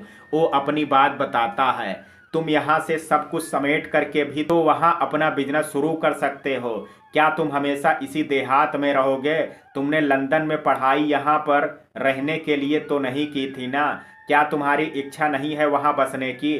मोहिनी देवी उसके जवाब पर अचरज से बोलती हैं। आंटी, मैंने बताया ना कि मैं माँ को नहीं छोड़ सकता, और फिर यहाँ खराबी तो कुछ नहीं है। मेरे पापा की जन्मभूमि है, उन्होंने इस गांव की उन्नति के लिए बहुत मेहनत की है। हजारों परिवारों का चूल्हा मेरे पापा की फैक्ट्रियों से ही चलता है। गांव में स्कूल कॉलेज सब मेरे पापा का बनाया है, जिनकी देख रेख मुझे करना है। मैं उन्हें खराब होने के लिए नहीं छोड़ सकता, और ना ही सबको भूखे मरने नहीं छोड़ सकता, इसलिए मैं हमेशा यहीं रहूंगा। वो अपनी बात कह करके चुप हो जाता है। ममता जी, आप क्यों नहीं सौर को समझाती हैं? लंदन में बिजनेस करने से पैसा डॉलरों में आए। यहाँ का बिजनेस मैनेजर सबके सुपुर्द करके वहाँ खुद कर सकता है। आजकल लोग गांव से शहर और शहर से विदेश जा रहे हैं, और ये है कि आपको अकेले नहीं छोड़ने के कारण विदेश से देहात में बस गया है। एक माँ होकर के आप इसकी उन्नति पर ध्यान नहीं दोगी तो कौन देगा? विजेंद्र जी सौर की बातें सुनने के बाद ममता जी को कहते हैं, भाई साहब, मैंने कभी नहीं इसको रोका है। ये खुद ही अपने पिता के नक्शे कदम पर चल पड़ा है। मैं यहाँ अकेले भी रह सकती हूँ। जब ये लंदन में पढ़ाई करने गया था और इसके पिता दिन रात काम में बिजी रहते थे, तो मैं अकेली ही रहती थी। ममता जी उन्हें कहती हैं, अंकल, बात माँ के अकेले रहने या विदेश में बसने की नहीं है। मैं खुद यहाँ के लोगों से इतना घुल मिल गया हूँ कि मुझे ये सब अपने परिवार के सदस्यों की तरह लगते हैं, और जिसका इतना बड़ा परिवार हो वो बाहर क्यों जाएगा? वो हाथ जोड़ करके उन दोनों से कहता है, आप लोग थके हुए हैं, चलिए आराम कीजिए, और प्लीज इस मैटर पर अब बात मत कीजिए। वो उठता हुआ कहता है। काजल और रीतू को लिली के मम्मी पापा की बातें अच्छी नहीं लगती हैं, पर वो दोनों कुछ नहीं बोल सकते थे। सब उठते हैं। शीतल उन दोनों को गेस्ट रूम में ले जाती है, और लिली भी अपने रूम में चली जाती है। काजल ममता जी वहां बैठी रही। सौर भी कहीं बाहर जा ही रहा था जब रीतू बोली, भैया आपको उन लोगों को डांटना चाहिए था, ऐसे क्यों बोल रहे थे वो दोनों? लगता था कि सोच करके ही आए थे, आपको लंदन में बिजनेस करवा करके मानेंगे। मुझे बिल्कुल अच्छा नहीं लगा। देख रीतू, सबको आदत होती है दूसरों को राय देने की। यदि सबको डांटना या लड़ना ही हो तो फिर समझदारी कहाँ जाएगी? तू मुझे जान करके भी ऐसा बोल रही है। तुझे तो पता है पहले मैं कितनी बिंदास जिंदगी जीता था, पर पापा के मृत्यु के समय तुम्हें और माँ को रोता देख करके मेरा सब बिंदासपन और मस्ती कहीं दूर चला गया। मैं तुम दोनों को छोड़ करके कहीं नहीं जाऊंगी। वो रीतू के गाल दुलार से पकड़ करके बोलता है। काजल सौर की बातें सुन करके बहुत खुश होती है, और मन ही मन सौर के विचारों से प्रभावित हो जाती है। ममता जी को भी सौर की बातें सुन करके बहुत प्यार आता है। भैया, कहीं आप मेरी और माँ की वजह से तो ऐसा नहीं कर रहे हैं? आपको यदि लंदन में बिजनेस करना है तो आप शौक से जाइए। भैया, मैं माँ को संभाल लूंगी, बस आप साल 2 साल में एक बार आ जाया कीजिए, उसने अपना दिल बड़ा करके सौर से कहा। रीतू ऐसी बात दोबारा की ना तो समझ जाना तेरा भाई मर। वो उनका मुंह बंद कर देती है और उसके गले लग जाती है और फूट फूट करके रोने लगती है। भैया ऐसा मत बोलिए, मैं पापा को खो चुकी हूँ, अब आप ऐसा बोलिएगा तो मैं नहीं जी पाऊंगी। पापा के मौत के बाद आज उसका सब्र फिर से टूट गया था। चुप कर पगली, नहीं बोलूंगा, पर तू भी उन लोगों की बातों में मुझे कहीं जाने को नहीं बोलेगी, मंजूर? वो उसे चुप करा करके बोला, हाँ मंजूर है। वो रोते रोते बोली, चल तो फिर हंस करके दिखा। वो रोते रोते हंस पड़ी। ममता और काजल भी हंसने लगी। वो तीनों अपनी बातों में लग जाती हैं और सौर बाहर निकल जाता है। वो रास्ते में सोचने लगा था कि लिली के मम्मी पापा मुझे लंदन में बिजनेस करने पर क्यों जोर दे रहे हैं, पर उसके पल्ले कुछ नहीं पड़ा। वो आज काजल के कॉलेज जा रहा था। उन दोनों को फीस के अलावा कुछ चंद और रुपए भी देने थे। कॉलेज में घुसते ही उसे वो दिन याद आ गया जब उसका दिल रूमी को देख करके दूसरे ही लय में बजने लगा था। वो उस दिन के बाद उसे अक्सर देखने लगा था और रूमी भी उसे कभी कभी उन दोनों की नज़रों से छुप करके देख लेती थी। वो अपने सर पर चपत लगा करके उसे ही सोचता, प्रिंसिपल से मिल करके रुपए देता है और निकल जाता है। तुमने बोला तो ठीक था विजेंद्र, पर यह लड़का बहुत जिद्दी है, हमारी बातें नहीं मानेगा। तुमने अब आगे क्या सोचा है? मोहिनी देवी अपने चेहरे पर क्रीम मलती पति से बोली थी। वो लोग खाना खा करके कमरे में आराम करने आए थे। उन लोगों की आज आधी रात की लंदन की फ्लाइट थी, तो वो कुछ देर सोना चाहती थी। तभी बात करते हुए उससे पूछ रही थी, घर तो अच्छा है मोहिनी, फैमिली भी छोटी है, बहन और उस काजल की शादी के बाद बस माँ ही बचेंगी ना, तब तक लिली सौर को काबू में कर चुकी रहेगी और फिर उन दोनों का हम लोग लंदन में सेटल करवा लेंगे और हमारी लिली हमारे साथ फिर आ जाएगी। ठीक सोचा ना? विजेंद्र जी अपनी बात मोहिनी को बता रहे थे। कुछ देर आराम कर लो तुम, तब तक सौर भी घर आ जाएगा, तब हम लोग उसकी माँ से शादी की बात करेंगे। हाँ ये ठीक है, पर ध्यान रखना लिली की शादी रितु और काजल की शादी के बाद की बात करना। हमारी लिली इतने दिन इस गांव में नहीं रह सकती है। मोहिनी सोच करके कहती है। विजेंद्र जी सर हाँ में हिला देते हैं और दोनों लेट जाते हैं। ममता जी और सौर के सामने विजेंद्र और मोहिनी देवी बैठे हैं। काजल और रितु अपने कमरे में कुछ कर रहे थे। वो दोनों ममता जी से कुछ खास बात करना चाह रहे थे, इसलिए उनके कमरे में आ गए थे जहां सौर भी था। हाँ भाई साहब, क्या बात करनी है कहिए। अब सौर भी आ गया है। अगर आपको इसे लंदन में बिजनेस शुरू करने की बात करनी है तो आप इसका जवाब जानते ही हैं। ममता जी को बिजनेस वाली बात ही लगती है। नहीं नहीं ममता जी, हमें दूसरी बात करनी है। हम लिली की शादी सौर से करना चाहते हैं, तो सगाई की तारीख की बात करना चाहते थे। मोहिनी देवी सब तय किए बैठी थी। ममता जी आश्चर्यचकित होकर के सौर के चेहरे की ओर देखती हैं। वहाँ भी अचरज ही है। वो सोचने लगती हैं कि क्या जवाब दें। तब तक लिली भी वहां आकर के बैठती है। अब जब लड़का लड़की एक दूसरे से प्यार करते हैं तो हम कौन होते हैं रोकने वाले। इन दोनों की मर्जी पर ही मैं अभी सगाई कर लेना चाहता हूँ और शादी बाद में करेंगे। जब विजेंद्र जी ममता जी से कहते हैं, लिली खुशी से उठ करके पापा के चेहरे को चूम करके आई लव यू पापा कहती है। एक मिनट अंकल, आपसे किसने कहा कि मैं लिली से प्यार करता हूँ? लिली सिर्फ मेरी दोस्त है और शादी मैं यहीं की किसी लड़की से करूँगा, वो भी जो मेरी माँ और बहन को पसंद होगी। सौर लिली की ओर गुस्से से देख करके कहता है। उसकी समझ में अब लिली की खास बात आती। ये क्या कह रहे हो सौर? मैंने तुमसे कहा था ना मेरे मम्मी पापा तुमसे खास बात करने आएंगे, तो फिर तुम ऐसा क्यों बोल रहे हो? लिली पापा के पास से उठ करके सौर के पास आ गई थी। लिली, मैंने तुमसे कभी नहीं कहा कि मैं तुमसे प्यार करता हूँ या तुमको पसंद करता हूँ, फिर तुमने ऐसा कैसे सोच लिया?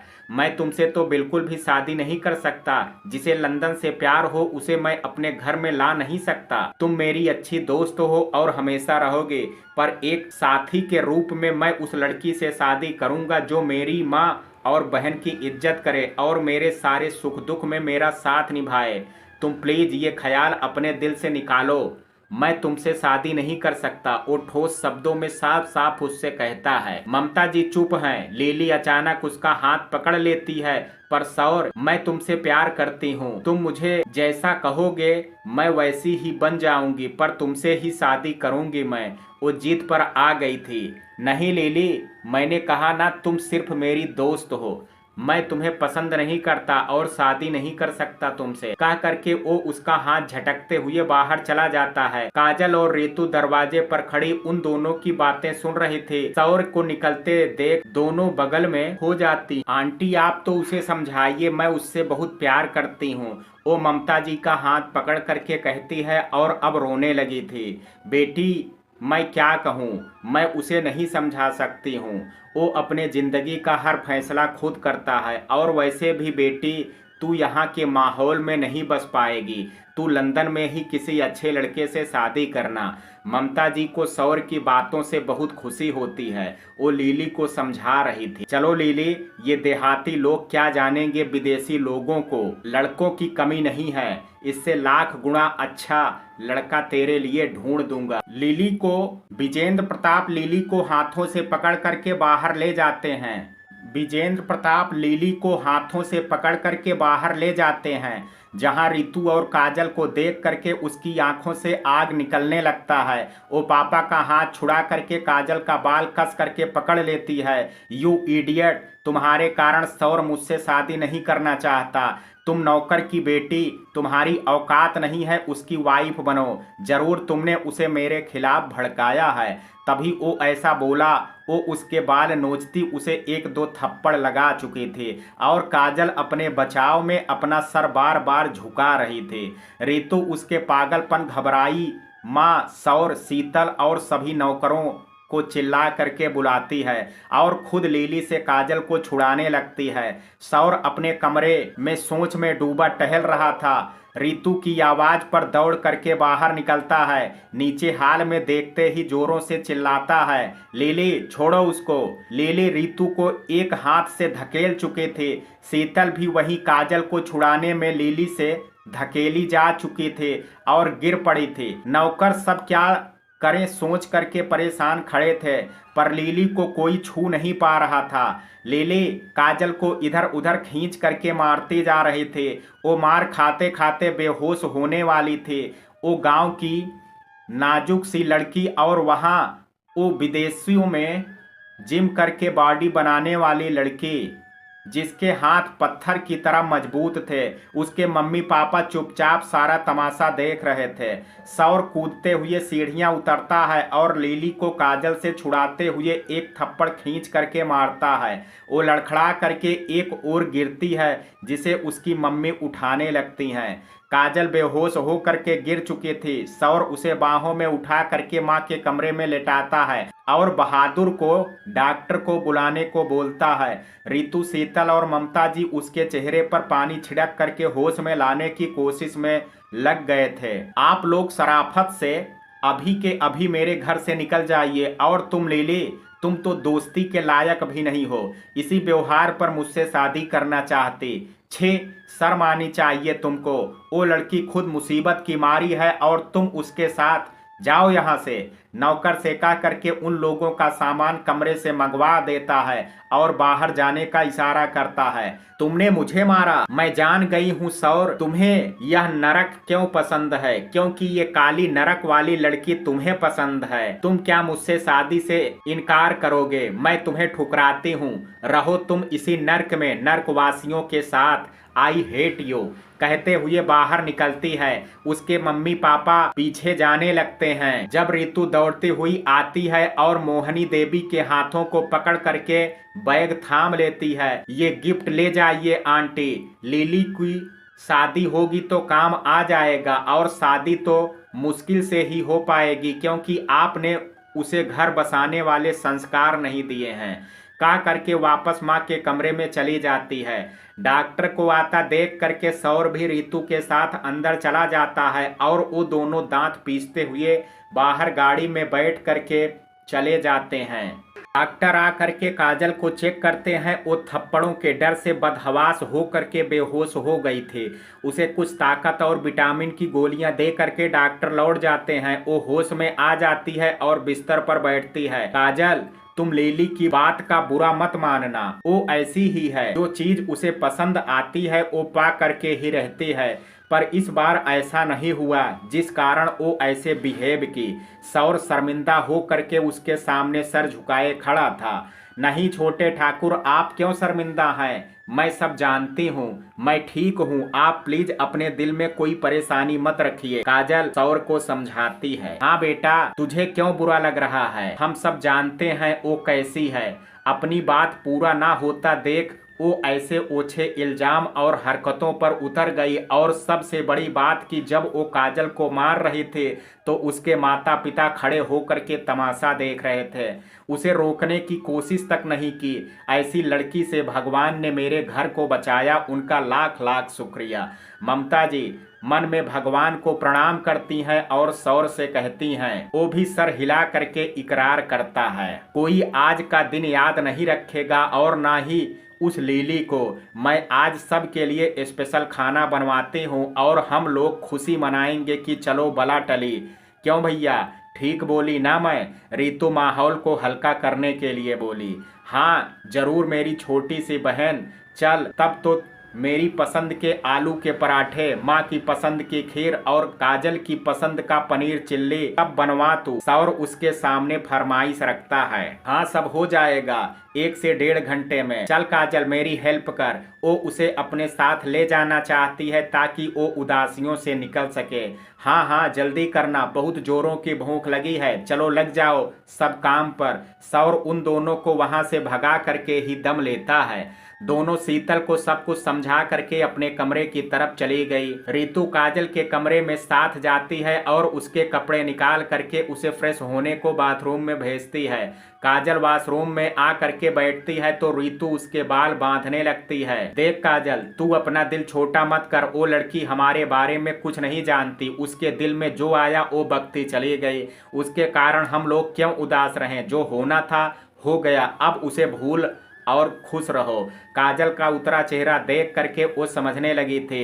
वो अचानक ही रोना शुरू कर देती है। रितु लिली ने कैसे कह दिया छोटे ठाकुर मेरी वजह से उससे शादी नहीं करना चाहते? उसे ऐसा क्यों लगा? मैं छोटे ठाकुर से शादी करना चाहती हूँ। रितु तू तो जानती है ना मुझे, छोटे ठाकुर मेरे लिए भगवान की तरह हैं। मैं उनके बारे में ऐसा कैसे सोच सकती हूँ? और फिर मेरी कोई हैसियत भी नहीं है। वो तो तुम लोगों का दिल इतना बड़ा है जो मुझ जैसी अनाथ को अपने घर में रखी हो। मैं अपनी औकात नहीं भूली हूँ। काजल बोलते हुए रोती रहती है। उसे कॉलेज में आनंद के द्वारा की गई जबरदस्ती की कोशिश भी याद आ जाती है और वो लिली द्वारा ब्लेम करना भी। दोनों घटना याद करके वो खूब रोती है। सौर जो उन दोनों को खाने पर बुलाने आ रहा था, काजल की बात सुन करके बाहर ही रुक जाता है। वो वापस हो जाता है और शीतल को भेज देता है बुलाने को। वो सोचने लगता है इस पर लिली हरकतों का बहुत असर हो गया है, इसे कुछ समय लगेगा इस घटना से उबरने में। देख काजल, अब पागल बेवकूफों की बातों पर आंसू बहाएगी ना तो तुझे मैं थप्पड़ दूंगी। तुझे किससे कहा कि ये तेरा घर नहीं है या हम लोगों ने तुझ पर एहसान किया है? तू उस पागल के कारण मेरा दिल मत दुखा। तू तो जानती है हम सब तुझे कितना प्यार करते हैं। देख काजल, ऐसा मत बोलना फिर। मुझे बहुत दुख हो रहा है और तू रोना बंद कर वरना मैं भी रोना शुरू कर दूंगी। वो उसे अपने गले से लगा लेती है और समझाते हुए कहती है। काजल चुप हो जाती है और उससे सॉरी बोलती है। शीतल उन दोनों को बुलाने आ जाती थी तो दोनों उठ करके खाने चली जाती हैं। दूसरे दिन सौर उन दोनों को कॉलेज से आते वक्त मार्केट ले जाता है और कपड़े, मेकअप के सामान और भी जो उन्हें चाहिए सब दिलवाता है। माँ के लिए भी साड़ी खरीदता है। वहाँ से वो उनको रेस्टोरेंट लेकर के जाता है जहाँ वो लोग चाइनीज फूड खाते हैं। बाहर निकलते समय दोनों बहुत खुश थी और काजल भी रात हुए घटना को भूल चुकी थी। रितु अपनी आइसक्रीम लेकर के गाड़ी में बैठ चुकी थी और काजल सौर के साथ खड़ी आइसक्रीम ले रही थी। तभी आनंद अपने 2 दोस्तों के साथ आया और काजल का हाथ पकड़ करके खींचते हुए ले जाने लगता है। छोड़ो मुझे। वो अपना हाथ झटक करके उसे थप्पड़ मारना चाहती थी पर वो फिर से उसका हाथ पकड़ लेता है। इस बार नहीं रानी, इस बार मेरी बारी है तुम्हें सजा देने की। तुमने मुझे मारा था ना, अब तुम्हें बताता हूँ मैं। वो उसका चेहरा पकड़ करके अपने पास लाने की कोशिश करता है। तभी सौर का जोरदार घूंसा उसे लगता है। काजल तुम अंदर बैठो, मैं इससे निपटता हूँ। वो काजल से चिल्ला करके कहता है। वो उसकी जोरदार आवाज के डर से दरवाजा खोलती है पर वहीं खड़ी रहती है। तुमने सुना नहीं, अंदर बैठो। एक हाथ से अंदर को मारता हुआ उससे कहता है।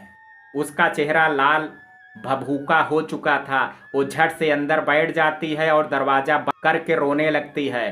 तू कमीने सुधरेगा नहीं। पिछली बार इसके साथ बदतमीजी करने के कारण तुझे कॉलेज से निकलवा दिया था। पुलिस ने तुझे चेतावनी दे करके छोड़ा था ना, फिर भी तू इसके पीछे आया। इस बार तू नहीं बचेगा, कह करके उसे लातों घूंसे से मारने लगता है। उसके दोनों दोस्त उसे बचाने के लिए सौर को छुड़ाते हैं, पर वो तब तक उसके मुंह खून निकल जाता है। सौर लंदन में कराटे चैंपियन रह चुका था, इसलिए उसके लिए अकेले ही काफ़ी था। काजल डर करके थरथरा रही थी कि अब क्या होगा। रितु भी अपनी आइसक्रीम फेंक करके रोने जैसी हो चुकी थी।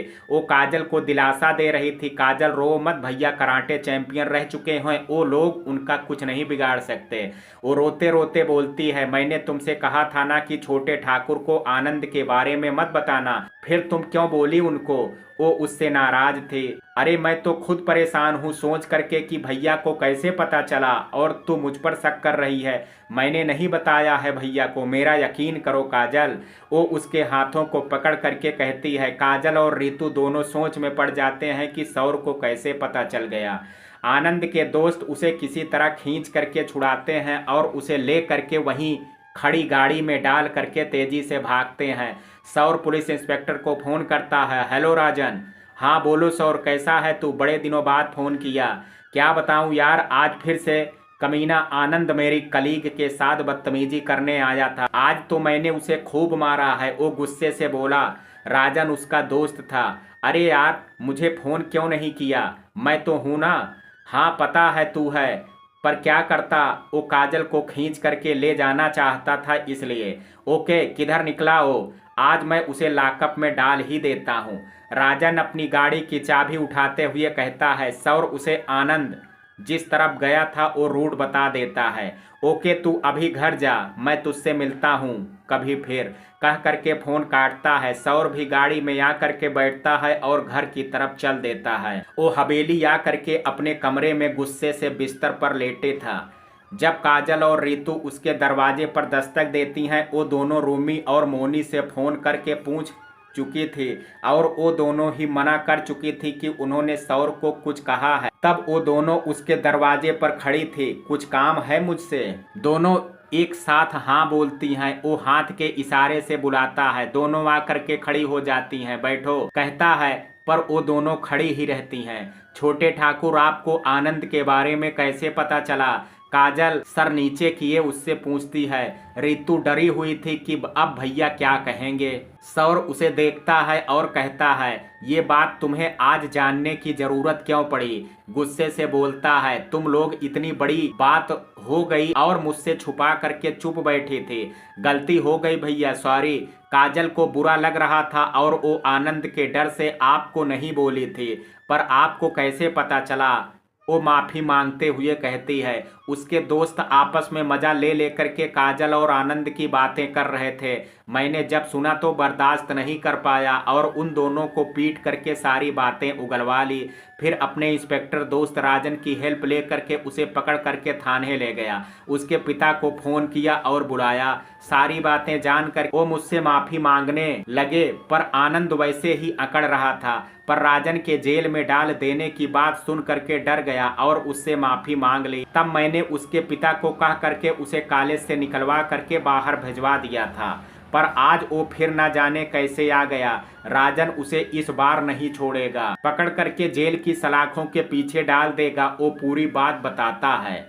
मुझे माफ़ कर दीजिए, मैं डर गई थी कि आप जान जाएंगे तो उसको कुछ कीजिएगा और वो आपको नुकसान पहुंचा सकता है। यही सोच करके मैंने इन चारों को मना कर दिया था। वो दौड़ती हुई सौर के पैर पकड़ करके रोते हुए बोलती है। सौर उठ करके खड़ा हो जाता है। अरे ये क्या कर रही हो, छोड़ो मेरा पैर, कह करके उसे कंधों से पकड़ करके उठाता है। देखो काजल, मैं तुम्हारा वो शुभचिंतक हूँ जिसे तुम्हारे पिता ने तुम्हारी जिम्मेदारी दी है, तो कोई भी बात हो प्लीज़ मुझे बताया करो, वरना तुम कभी मुसीबत में फंस जाओगी। मेरी चिंता तुम मत किया करो, मुझे कुछ नहीं होगा। उसे समझाता है। वो रोते हुए सर हिला करके हाँ कहती है। अब तुम वादा करो, आज के बाद कोई भी बात मुझसे नहीं छुपाओगी। वो उससे कसम ले रहा था। हाँ छोटे ठाकुर, मैं आज के बाद आपसे कोई बात नहीं छुपाऊंगी, वादा। वो सिसक रही थी। ठीक है, अब तुम रोना बंद करो और जा करके दोनों सो जाओ। कल मुझे बहुत काम है और तुम लोगों को भी कॉलेज जाना है।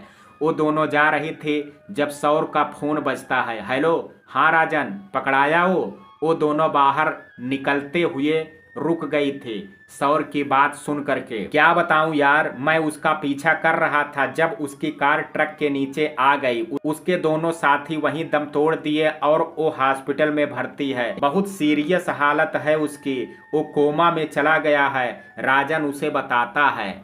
चलो ठीक ही हुआ, जैसी करनी वैसी भरनी।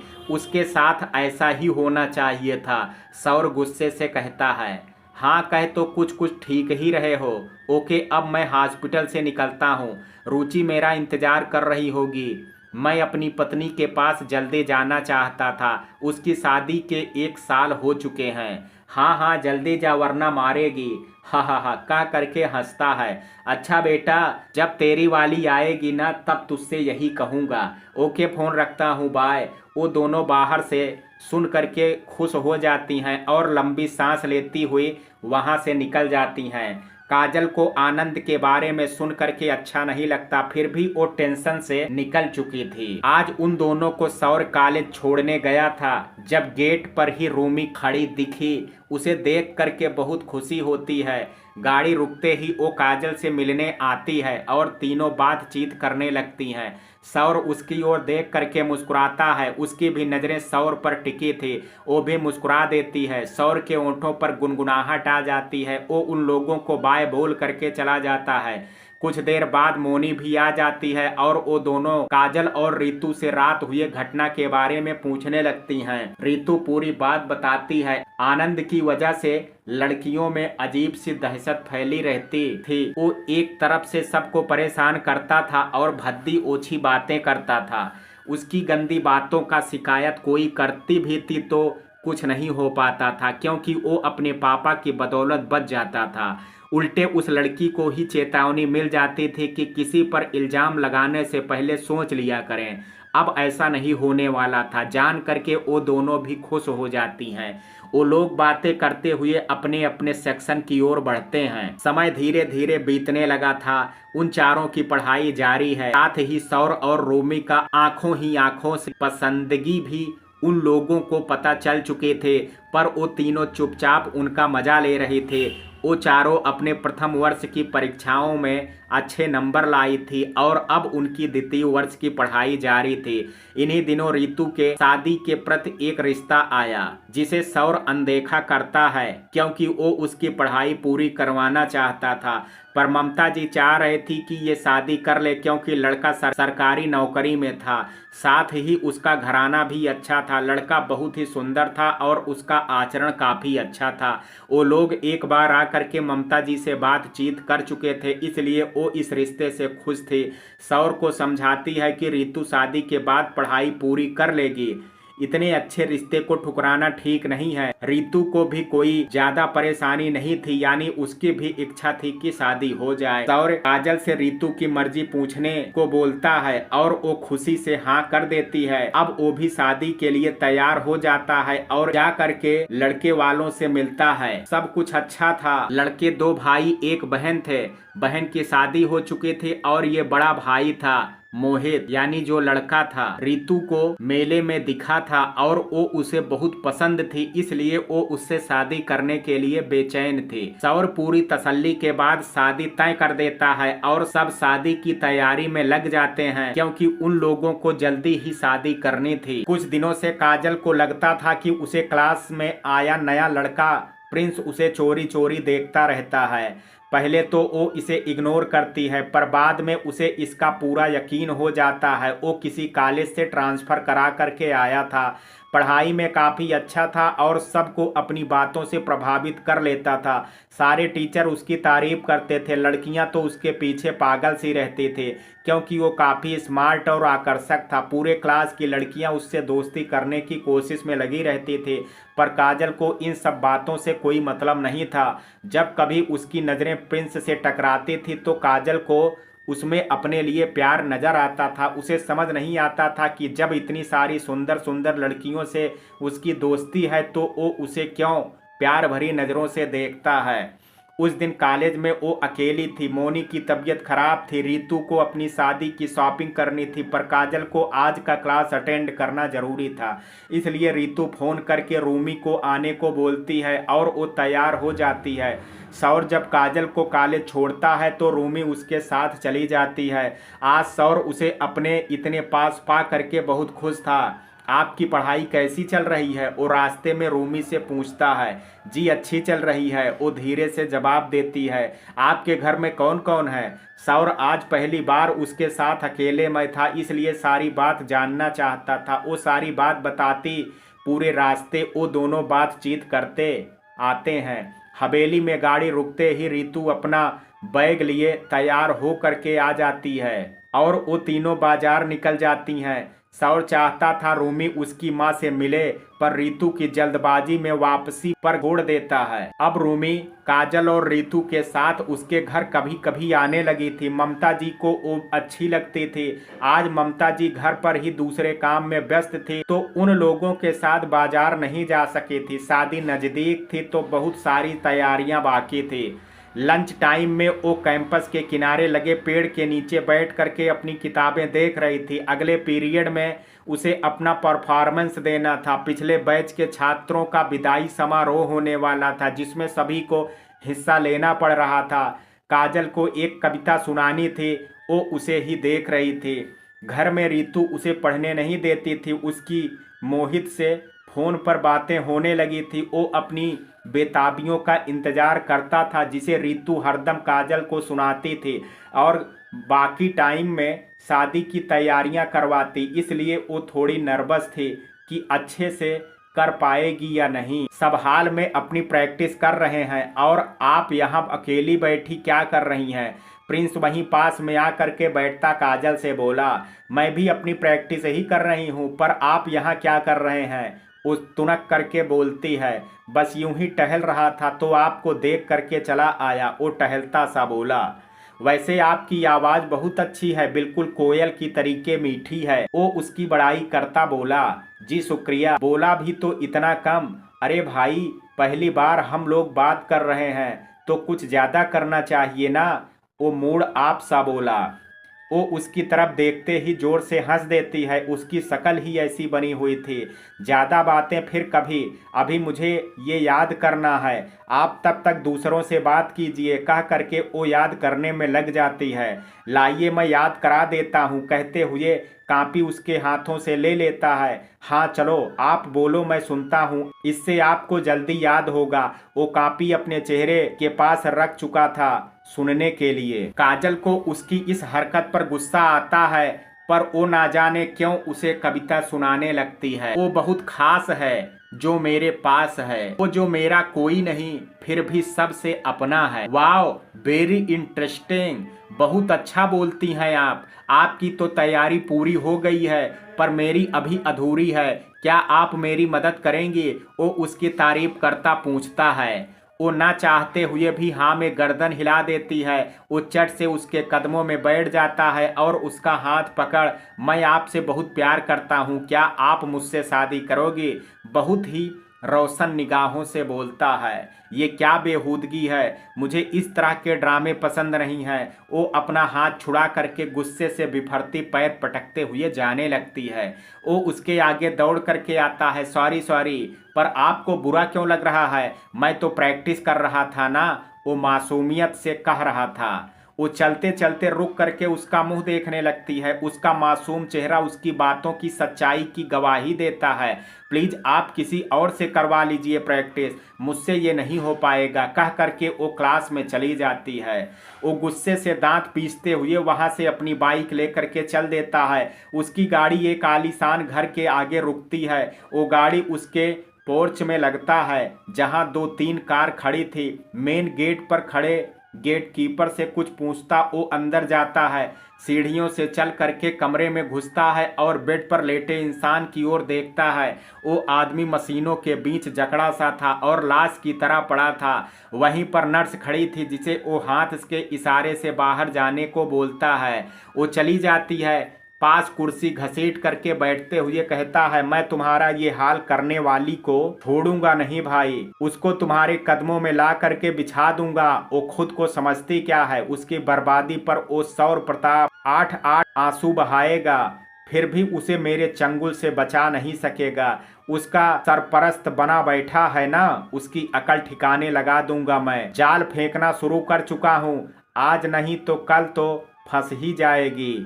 अब बचा ओ राजन, उसकी बीबी को तो मैंने मरवा दिया है और वो खुद अभी छोटी ही बेटी को लेकर के दुखों के समंदर में गोते लगा रहा है। अब इस काजल की बारी है, कहते हुए उसके ऊपर लेट करके रोने लगता है। वो आनंद था जो 9-10 महीनों से कोमा में था। उस रात एक्सीडेंट में उसकी ये स्थिति हो गई थी। उसका छोटा भाई प्रिंस जो विदेश में पढ़ता था, अब पढ़ाई पूरी करके आता है तो अपने बड़े भाई की ये हालत देख करके गुस्से से आग बबूला बन जाता है। उसके पिता उसे सौर की गलती बताते हैं। वो कॉलेज के निर्माणकर्ता का बेटा है जो उस लड़की के लिए तुम्हारे भाई की ये हालत कर दिया है। पूरे कॉलेज में उसकी ही बात चलती है, वो जो बोलता है वही होता है, इसलिए आज तुम्हारा भाई बिस्तर पर लेटा है और वो दुनिया की खुशियों का मजा ले रहा है। वो उसे भड़का करके आनंद का बदला सौर से लेना चाहते थे। प्रिंस गुस्से से पागल होकर के सौर को मारने जाता है, पर उसके पिता उसे होशियारी से काम करने को बोलते हैं ताकि सांप भी मर जाए और लाठी भी ना टूटे। प्रिंस डॉक्टर से मिल करके उसका इलाज करवाता है, पर कोई भी सुधार उसमें नहीं हो पा रहा था। वो दिनों दिन बदले की आग में जलने लगा था। आज रितु के होने वाले ससुराल से शादी का शगुन का सामान आया था, जिससे वो बहुत खुश थी। मोहित ने सारी मार्केटिंग रितु के साथ जा करके की थी। वो उसे अपने घर भी ले गया था और माँ और भाई से मिला करके लाया था। रितु भी सबसे मिल करके बहुत अच्छा महसूस कर रही थी। उसे अपनी ससुराल के लोग बहुत पसंद आए थे। काजल को रितु की खुशी बहुत अच्छी लगती है। वो पूरा दिल से उसके खुशियों की दुआ करती है। पूरे सगाई का इंतजाम वो अपने हाथों में ले चुकी थी और सारी जिम्मेदारी से सगाई हो चुकी थी। मोहित को शादी की जल्दी थी, इसलिए सब कुछ जल्दी जल्दी हो रहा था। सौर काजल और रितु के साथ बाजार के चक्कर लगा करके थक चुका था, पर उसके चेहरे पर बहन की शादी की खुशी झलक रही थी। राजन अपनी पत्नी रुचि की मृत्यु के बाद बहुत दिनों तक अपने दुख में डूबा रहा। उसके अंदर जीने की इच्छा खत्म हो चुकी थी, पर 3 महीने की बेटी के कारण उसे जीना था और अपने प्यार की निशानी को पाल पोस करके बड़ा करना था। उसने रुचि से मरते वक्त वादा किया था कि वो अपनी बेटी गीतू का जी जान से बढ़ करके ख्याल रखेगा। इस मुसीबत के समय में सौर और उसके परिवार वालों ने उसकी बहुत सहायता की थी। बच्चों को संभालने की जिम्मेदारी ममता जी और काजल ने उठा ली थी। वो दोनों गीतू से बहुत प्यार करने लगी थी और सौर भी छोटी बच्ची के घर में आने से बहुत खुश रहता था। राजन रोज गीतू को वापस जाते वक्त ममता जी के पास छोड़ जाता था, जो पूरी तरह उनकी ही जिद थी, क्योंकि बच्ची अभी बहुत छोटी थी तो उसका बहुत ख्याल रखना पड़ता था।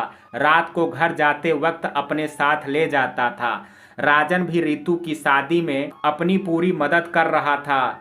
चूंकि उसे ऑफिस भी जाना होता था तो वो शाम को ही आ पाता था, पर आते ही सब काम में सौर और काजल की मदद करता था। गीतू अब 5 महीने की हो गई थी। वो गोल मटोल छोटी सी बेबी डॉल जैसी थी। वो भी उसे देखता उसे गोद में लेने के लिए मचल उठता था। काजल सारा दिन उसे गोद में लिए सारा काम निपटाती थी। राजन उसके गीतू के ख्याल रखते देख करके बहुत खुश था और दिल से उसका आभारी था। हल्दी और मेहंदी का फंक्शन हो गया था और आज शादी थी। शाम बारात आने वाली थी। सौर, काजल और राजन बहुत बिजी थे। ममता जी रीतू के सामानों की पूरी व्यवस्था देख रही थी और काजल कभी रसोई के पास तो कभी रीतू के बुलाने पर दौड़ती उसके पास जाती, साथ ही मेहमानों का भी ख्याल रखती। शादी में रूमी और मोनी भी आई थी। रूमी पर्पल और लाल काम वाली साड़ी पहन करके सौर के दिल की धड़कनें बढ़ा चुकी थी। वो काम के बीच में जब भी उसे नजर आते थे तो उसके ओंठों पर गुनगुनाहट आ जाती थी। राजन को कुछ कुछ आभास हो चुका था सौर की पसंद का, इसलिए वो उसे छेड़ने लगता था। 10 बजे बारात आई। मोहित कार से उतर करके सौर के हवेली में प्रवेश करता है। ममता जी आरती उतार करके उसे अंदर लाती हैं। वो लाल शेरवानी में जच रहा था।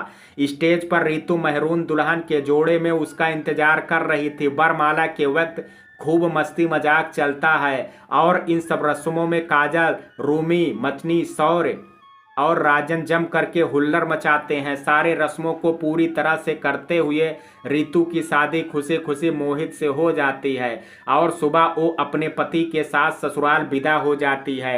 उसकी विदाई के बाद ममता जी और काजल बहुत रोती हैं। काजल तो उसको अपनी छोटी बहन के जैसे प्यार करते थे। वो भरे दिल से उसकी और मोहित के खुशियों की दुआ करती है। शादी खत्म होने के बाद घर से सारे मेहमान चले गए थे। उतनी बड़ी हवेली में काजल को अब बिल्कुल अच्छा नहीं लगता था। वो तो गीतू थी जिसके साथ खेल करके वो कुछ संभल जाते थे, वरना रीतू के बिना उसे खाना भी अच्छा नहीं लगता था। बहुत दिनों बाद वो कॉलेज आई थी। प्रिंस उसके ही आने का इंतजार कर रहा था। उसे सौर की कार से उतरते देख करके उसकी आंखों में खून उतर आता है। वो उसके जाते ही काजल के पास आता है। कैसी हैं आप? इतने दिन कहाँ थी? आपकी सहेली जो साथ आती थी वो क्यों नहीं आई? एक ही सुर में वो सारी बात जानना चाहता था। काजल उसके सवालों की बौछार से चिढ़ जाती थी। आपको क्यों बताऊं कोई बात, कह करके वो क्लास की तरफ जाने लगती है। वो पीछे से दौड़ करके आता है और फिर बोलता है, मुझे आपसे मिलना था इसलिए पूछ रहा हूँ, प्लीज बताइए ना, आपको कोई प्रॉब्लम तो नहीं है? वो बेशर्मी से उसके पीछे चलता हुआ पूछे जा रहा था। ओह काजल, कहाँ रह गई थी? मैं तुझे पूरे कॉलेज में ढूंढ ढूंढ करके यहाँ आई हूँ। रूमी और मोनी उसे देख करके चिल्लाते हैं। उन दोनों को देख करके प्रिंस वहां से मुड़ करके अपने क्लास में चला जाता है। क्या बताऊं तुम दोनों को, मेरा रीतू के बिना मन नहीं लगता है। वो तो हनीमून मनाने कश्मीर चली गई, आएगी तब पढ़ने के बारे में सोचेगी। वो सच में रीतू को बहुत याद कर रहे थे। हाँ काजल, हम दोनों को भी वो बहुत याद आ रही है, पर छोड़ो ना, वो खुश है हमारे लिए काफी है। हम लोग अपनी पढ़ाई पर ध्यान देते हैं। द्वितीय वर्ष की परीक्षा नजदीक आ रही है, अभी पढ़ाई करना जरूरी है। रूमी उसको समझाती है। चलो क्लास की घंटी बज चुकी है, बाय काजल। मोनी उसे बाय कहती है और रूमी के साथ आर्ट सेक्शन की तरफ चल देती है। वो भी अपने सेक्शन की तरफ विदा हो जाती है। लंच के वक्त वो कैंटीन में बैठी रूमी और मोनी का इंतजार कर रही थी। एक आध छात्र बैठ करके खा रहे थे कि आनंद का दोनों दोस्त उसके अगल बगल की कुर्सियों पर आ करके बैठ जाता है। वो उठ करके जाने लगती है तो उनमें से सुनील उसका हाथ पकड़ लेता है। हेलो काजल भाभी, आनंद भाई को तो तुमने कोमा में पहुंचा दिया, पर हम तो है ना यहाँ, कुछ देर हमसे भी तो बात कर लो। वो बहुत ही गंदे लहजे में उससे कहता है। काजल अपना हाथ छुड़ाने लगती है। सुनील मेरा हाथ छोड़ो, प्रिंसिपल से शिकायत कर दूंगी, कॉलेज से निकाल दिए जाओगे दोनों के दोनों। वो गुस्से से बोलती है। अरे भाभी जी, क्यों गुस्सा हो रही हो? अब यहाँ हो ही, आप तो चलो अपने देवरों को समोसा खिलाओ। मुन्ना उसके गुस्से को इग्नोर करता अपनी बतीसी दिखाता बोलता है। छोड़ो मुझे, वो जोर से चिल्लाती है और हाथ खींचने लगती है। अनिल की मजबूत पकड़ को वो छुड़ा नहीं पा रही थी। वो दोनों उसकी बेबसी पर ठहाका लगा रहे थे।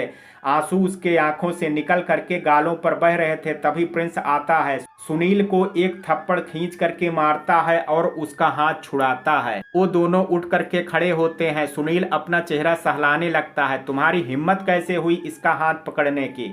गुस्से से वो लाल भभूका हो रहा था। आज तुम दोनों को बताता हूँ कि मैं किसी लड़की का हाथ पकड़ने का क्या अंजाम होता है। कहते हुए दोनों को थप्पड़ों से मारने लगता है। सब लोग धीरे धीरे वहां जुटने लगते हैं। रूमी और मोनी भी आ जाते हैं। वो दोनों उससे सारी बात जान करके उसे चुप कराते हैं और आंसू पोंछती है। नहीं नहीं, माफ कर दीजिए प्रिंस, अब ऐसी गलती नहीं होगी। आज के बाद किसी लड़की को नहीं छेड़ूंगा। अनिल और मुन्ना एक स्वर में रोते हुए चिल्ला रहे थे। चल काजल से माफी मांग और प्रॉमिस कर कि आज के बाद किसी लड़की की तरफ गंदी नजरों से नहीं देखेगा। वो रुकते रुकते भी 3-4 तमाचे उन दोनों के गाल पर देता है। काजल हमें माफ कर दो, अब हम तुम्हें कभी परेशान नहीं करेंगे।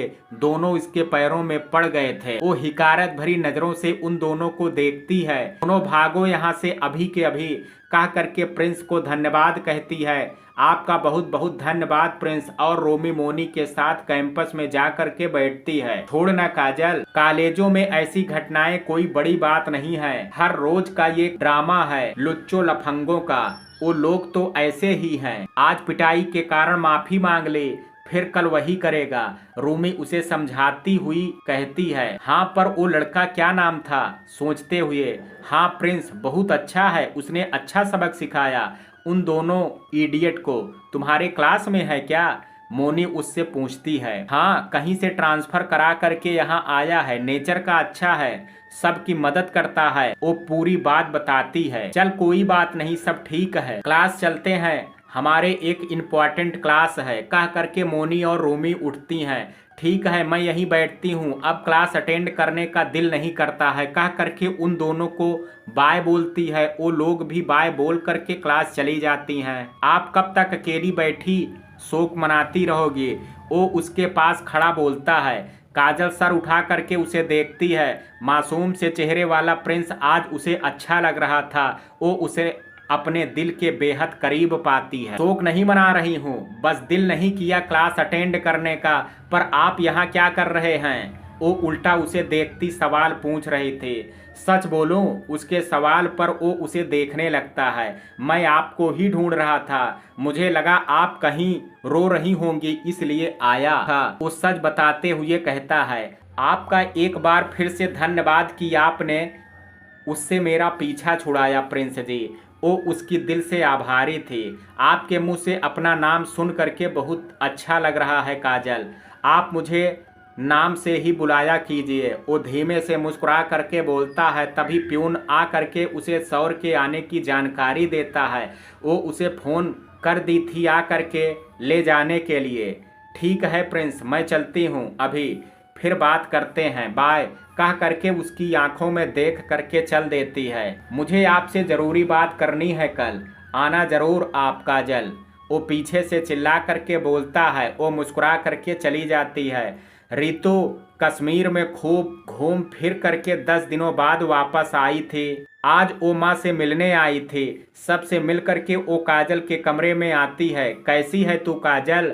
वो उससे लिपट करके खुशी से पूछती है। ठीक हूँ मैं, तुम कैसी हो? और जीजा जी कैसे हैं? वो भी आए हैं ना? वो लेटी पढ़ रही थी जब रितु उसके कमरे में आई थी। अरे रे, रुक रुक रुक, तू तो तूफान मेल की तरह भागने लगी है। क्या बात है? बड़ी जीजू के बारे में जानना चाहती है? तेरी भी शादी करवा दूं क्या? कोई तेरी नज़र में हो तो मुझे बताना। वो उसे छेड़ने के मूड में आ गई थी। धत, तू भी ना, शर्मा करके बोलती है। उसकी आंखों में प्रिंस का चेहरा छनाक से आ जाता है। मेरी छोड़, अपनी बता, कहाँ हैं जीजा जी? उसके गाल शर्म से लाल हो रहे थे। अभी तो मुझे यहाँ छोड़ करके ऑफिस चले गए हैं, रात में मुझे लेने आएंगे। वो मुस्कुरा करके बोलती है। अच्छा चल, मुझे फोटो दिखा, कहाँ कहाँ घूमी है तू? काजल उसके फोन छीनते हुए बोलती है। अरे रुक ना, दिखाती हूँ। वो दोनों बातचीत में मगन हो गई थी। ममता जी रात के खाने पर विशेष तैयारी करवाने में लगते थे और सौर बाजार से रितु और मोहित के लिए गिफ्ट लाने निकलता है। रात में राजन अपनी बेटी को लेने आया था। तो खाने में काजल ने उसे भी आग्रह करके शामिल कर लिया। मोहित सबसे बहुत घुल मिल जाता है, उसे शांत व्यवहारी और आकर्षक व्यक्तित्व की काजल बहुत अच्छी लगती है। उसका सबको प्यार और आदर से बात करना उसे बहुत प्रभावित करता है। खाने के बाद मोहित रितु से चलने को बोलता है। चलो रितु, मम्मी इंतजार कर रही होंगी। रुकिए थोड़ा सा काजल, वो सामान लेकर के आओ, सौरभ उससे कहता है। वो गीतू को राजन के गोद में थमा करके ऊपर जाती है। काजल बहुत अच्छी लड़की है, ऐसी लड़की किस्मत वाले के नसीब में होती है। वो जब उन दोनों को दिए जाने वाले उपहार लेने जाती है तब मोहित सौर से कहता है, हाँ बेटा, काजल सच में बहुत अच्छी लड़की है, पूरे घर की जिम्मेदारी ले ली है और इस छोटी सी बच्ची को तो माँ के जैसा प्यार करती हैं। ममता जी मोहित से कहती हैं, ये लीजिए, सारा सामान पैक कर दी थी मैं। वो सारा गिफ्ट ला करके टेबल पर रखती है। सौर बहादुर को बुला करके सारा सामान मोहित की गाड़ी में रखवा देता है। फिर रितु और मोहित सबका आशीर्वाद लेकर के चले जाते हैं। राजन ममता जी की बातों को याद करके कि बच्ची को माँ जैसा प्यार करती है, उसकी ओर बहुत गौर से देखता है। वो उससे गीतू को लेकर के प्यार कर रही थी। उसके दिल में एक ख्याल आता है, अगर काजल रुचि की जगह ले ले तो कैसा रहेगा। यार, रात ज्यादा हो गई है, तू यहीं रह जा आज रात। सौर की आवाज पर उसका ध्यान भंग होता है। ममता जी भी बोलती हैं और काजल भी बोल देती है, हाँ आप यहीं रुक जाइए, ये गुड़िया आज मेरे पास सोएगी, रहेगी ना गुड़िया, बोल बोलना, कह करके उसे ले करके अपने कमरे में चली जाती है। राजन के पास हाँ के सिवा कोई जवाब नहीं था। उस कमरे में दो लोग बैठ करके ड्रिंक कर रहे थे। बेड पर आनंद लेटा हुआ था। कुछ देर बाद वहां प्रिंस आता है। यारों माफ कर दो मुझे, मैंने तुम दोनों पर हाथ उठाया। उन दोनों के आगे हाथ जोड़ करके कहता है, जो सुनील और मुन्ना थे। ऐसा मत बोल प्रिंस, उसके कारण आज हमारा दोस्त बेड पर लेटा है। मेरा भाई होश से बेगाना है और वो खुश रहे ये नहीं हो सकता। तू उसे प्यार के जाल में फंसाए, इस कारण हम दोनों ने उसे छेड़ा और ये हमारी मिली भगत थे। उसे जल्द से जल्द भाई के पास लाना होगा। डॉक्टर ने कहा है ना कि जिससे आनंद प्यार करता है उसे इसके आंखों के सामने रखिए तो ये कोमा से बाहर आ जाएगा और धीरे धीरे ठीक हो जाएगा। मुन्ना प्रिंस से कहता है, मैं ये काम को शुरू कर चुका हूँ, आज की पार्टी मेरी छोटी सी जीत के लिए, चैस। कह करके प्रिंस उन दोनों के ग्लास से ग्लास टकराता है और ड्रिंक करने लगता है और वो दोनों भी साथ देते हैं। मित्रों, अब कॉलेज में आते जाते प्रिंस और काजल की बात होती रहती थी। वो धीरे धीरे उसे पसंद करने लगी थी, पर उसे पता नहीं था कि वो बहेलिया यानी शिकारी है जो उस पर जाल फेंक रहा है और वो उसमें फंसती जा रही है। तो कल सुनिए मित्रों कहानी के इस भाग में आज इतना ही। शेष कहानी कल सुनेंगे। कहानी का ये भाग आपको कैसा लगा, आप अपनी राय मुझे कमेंट बॉक्स में ज़रूर दीजिएगा। वीडियो पसंद आया हो तो वीडियो को लाइक शेयर, अगर चैनल पर पहली बार विजिट कर रहे हैं तो कृपया चैनल को सब्सक्राइब करना ना भूलें। कल मिलते हैं कहानी के शेष भाग के साथ, तब तक के लिए जय हिंद, जय भारत।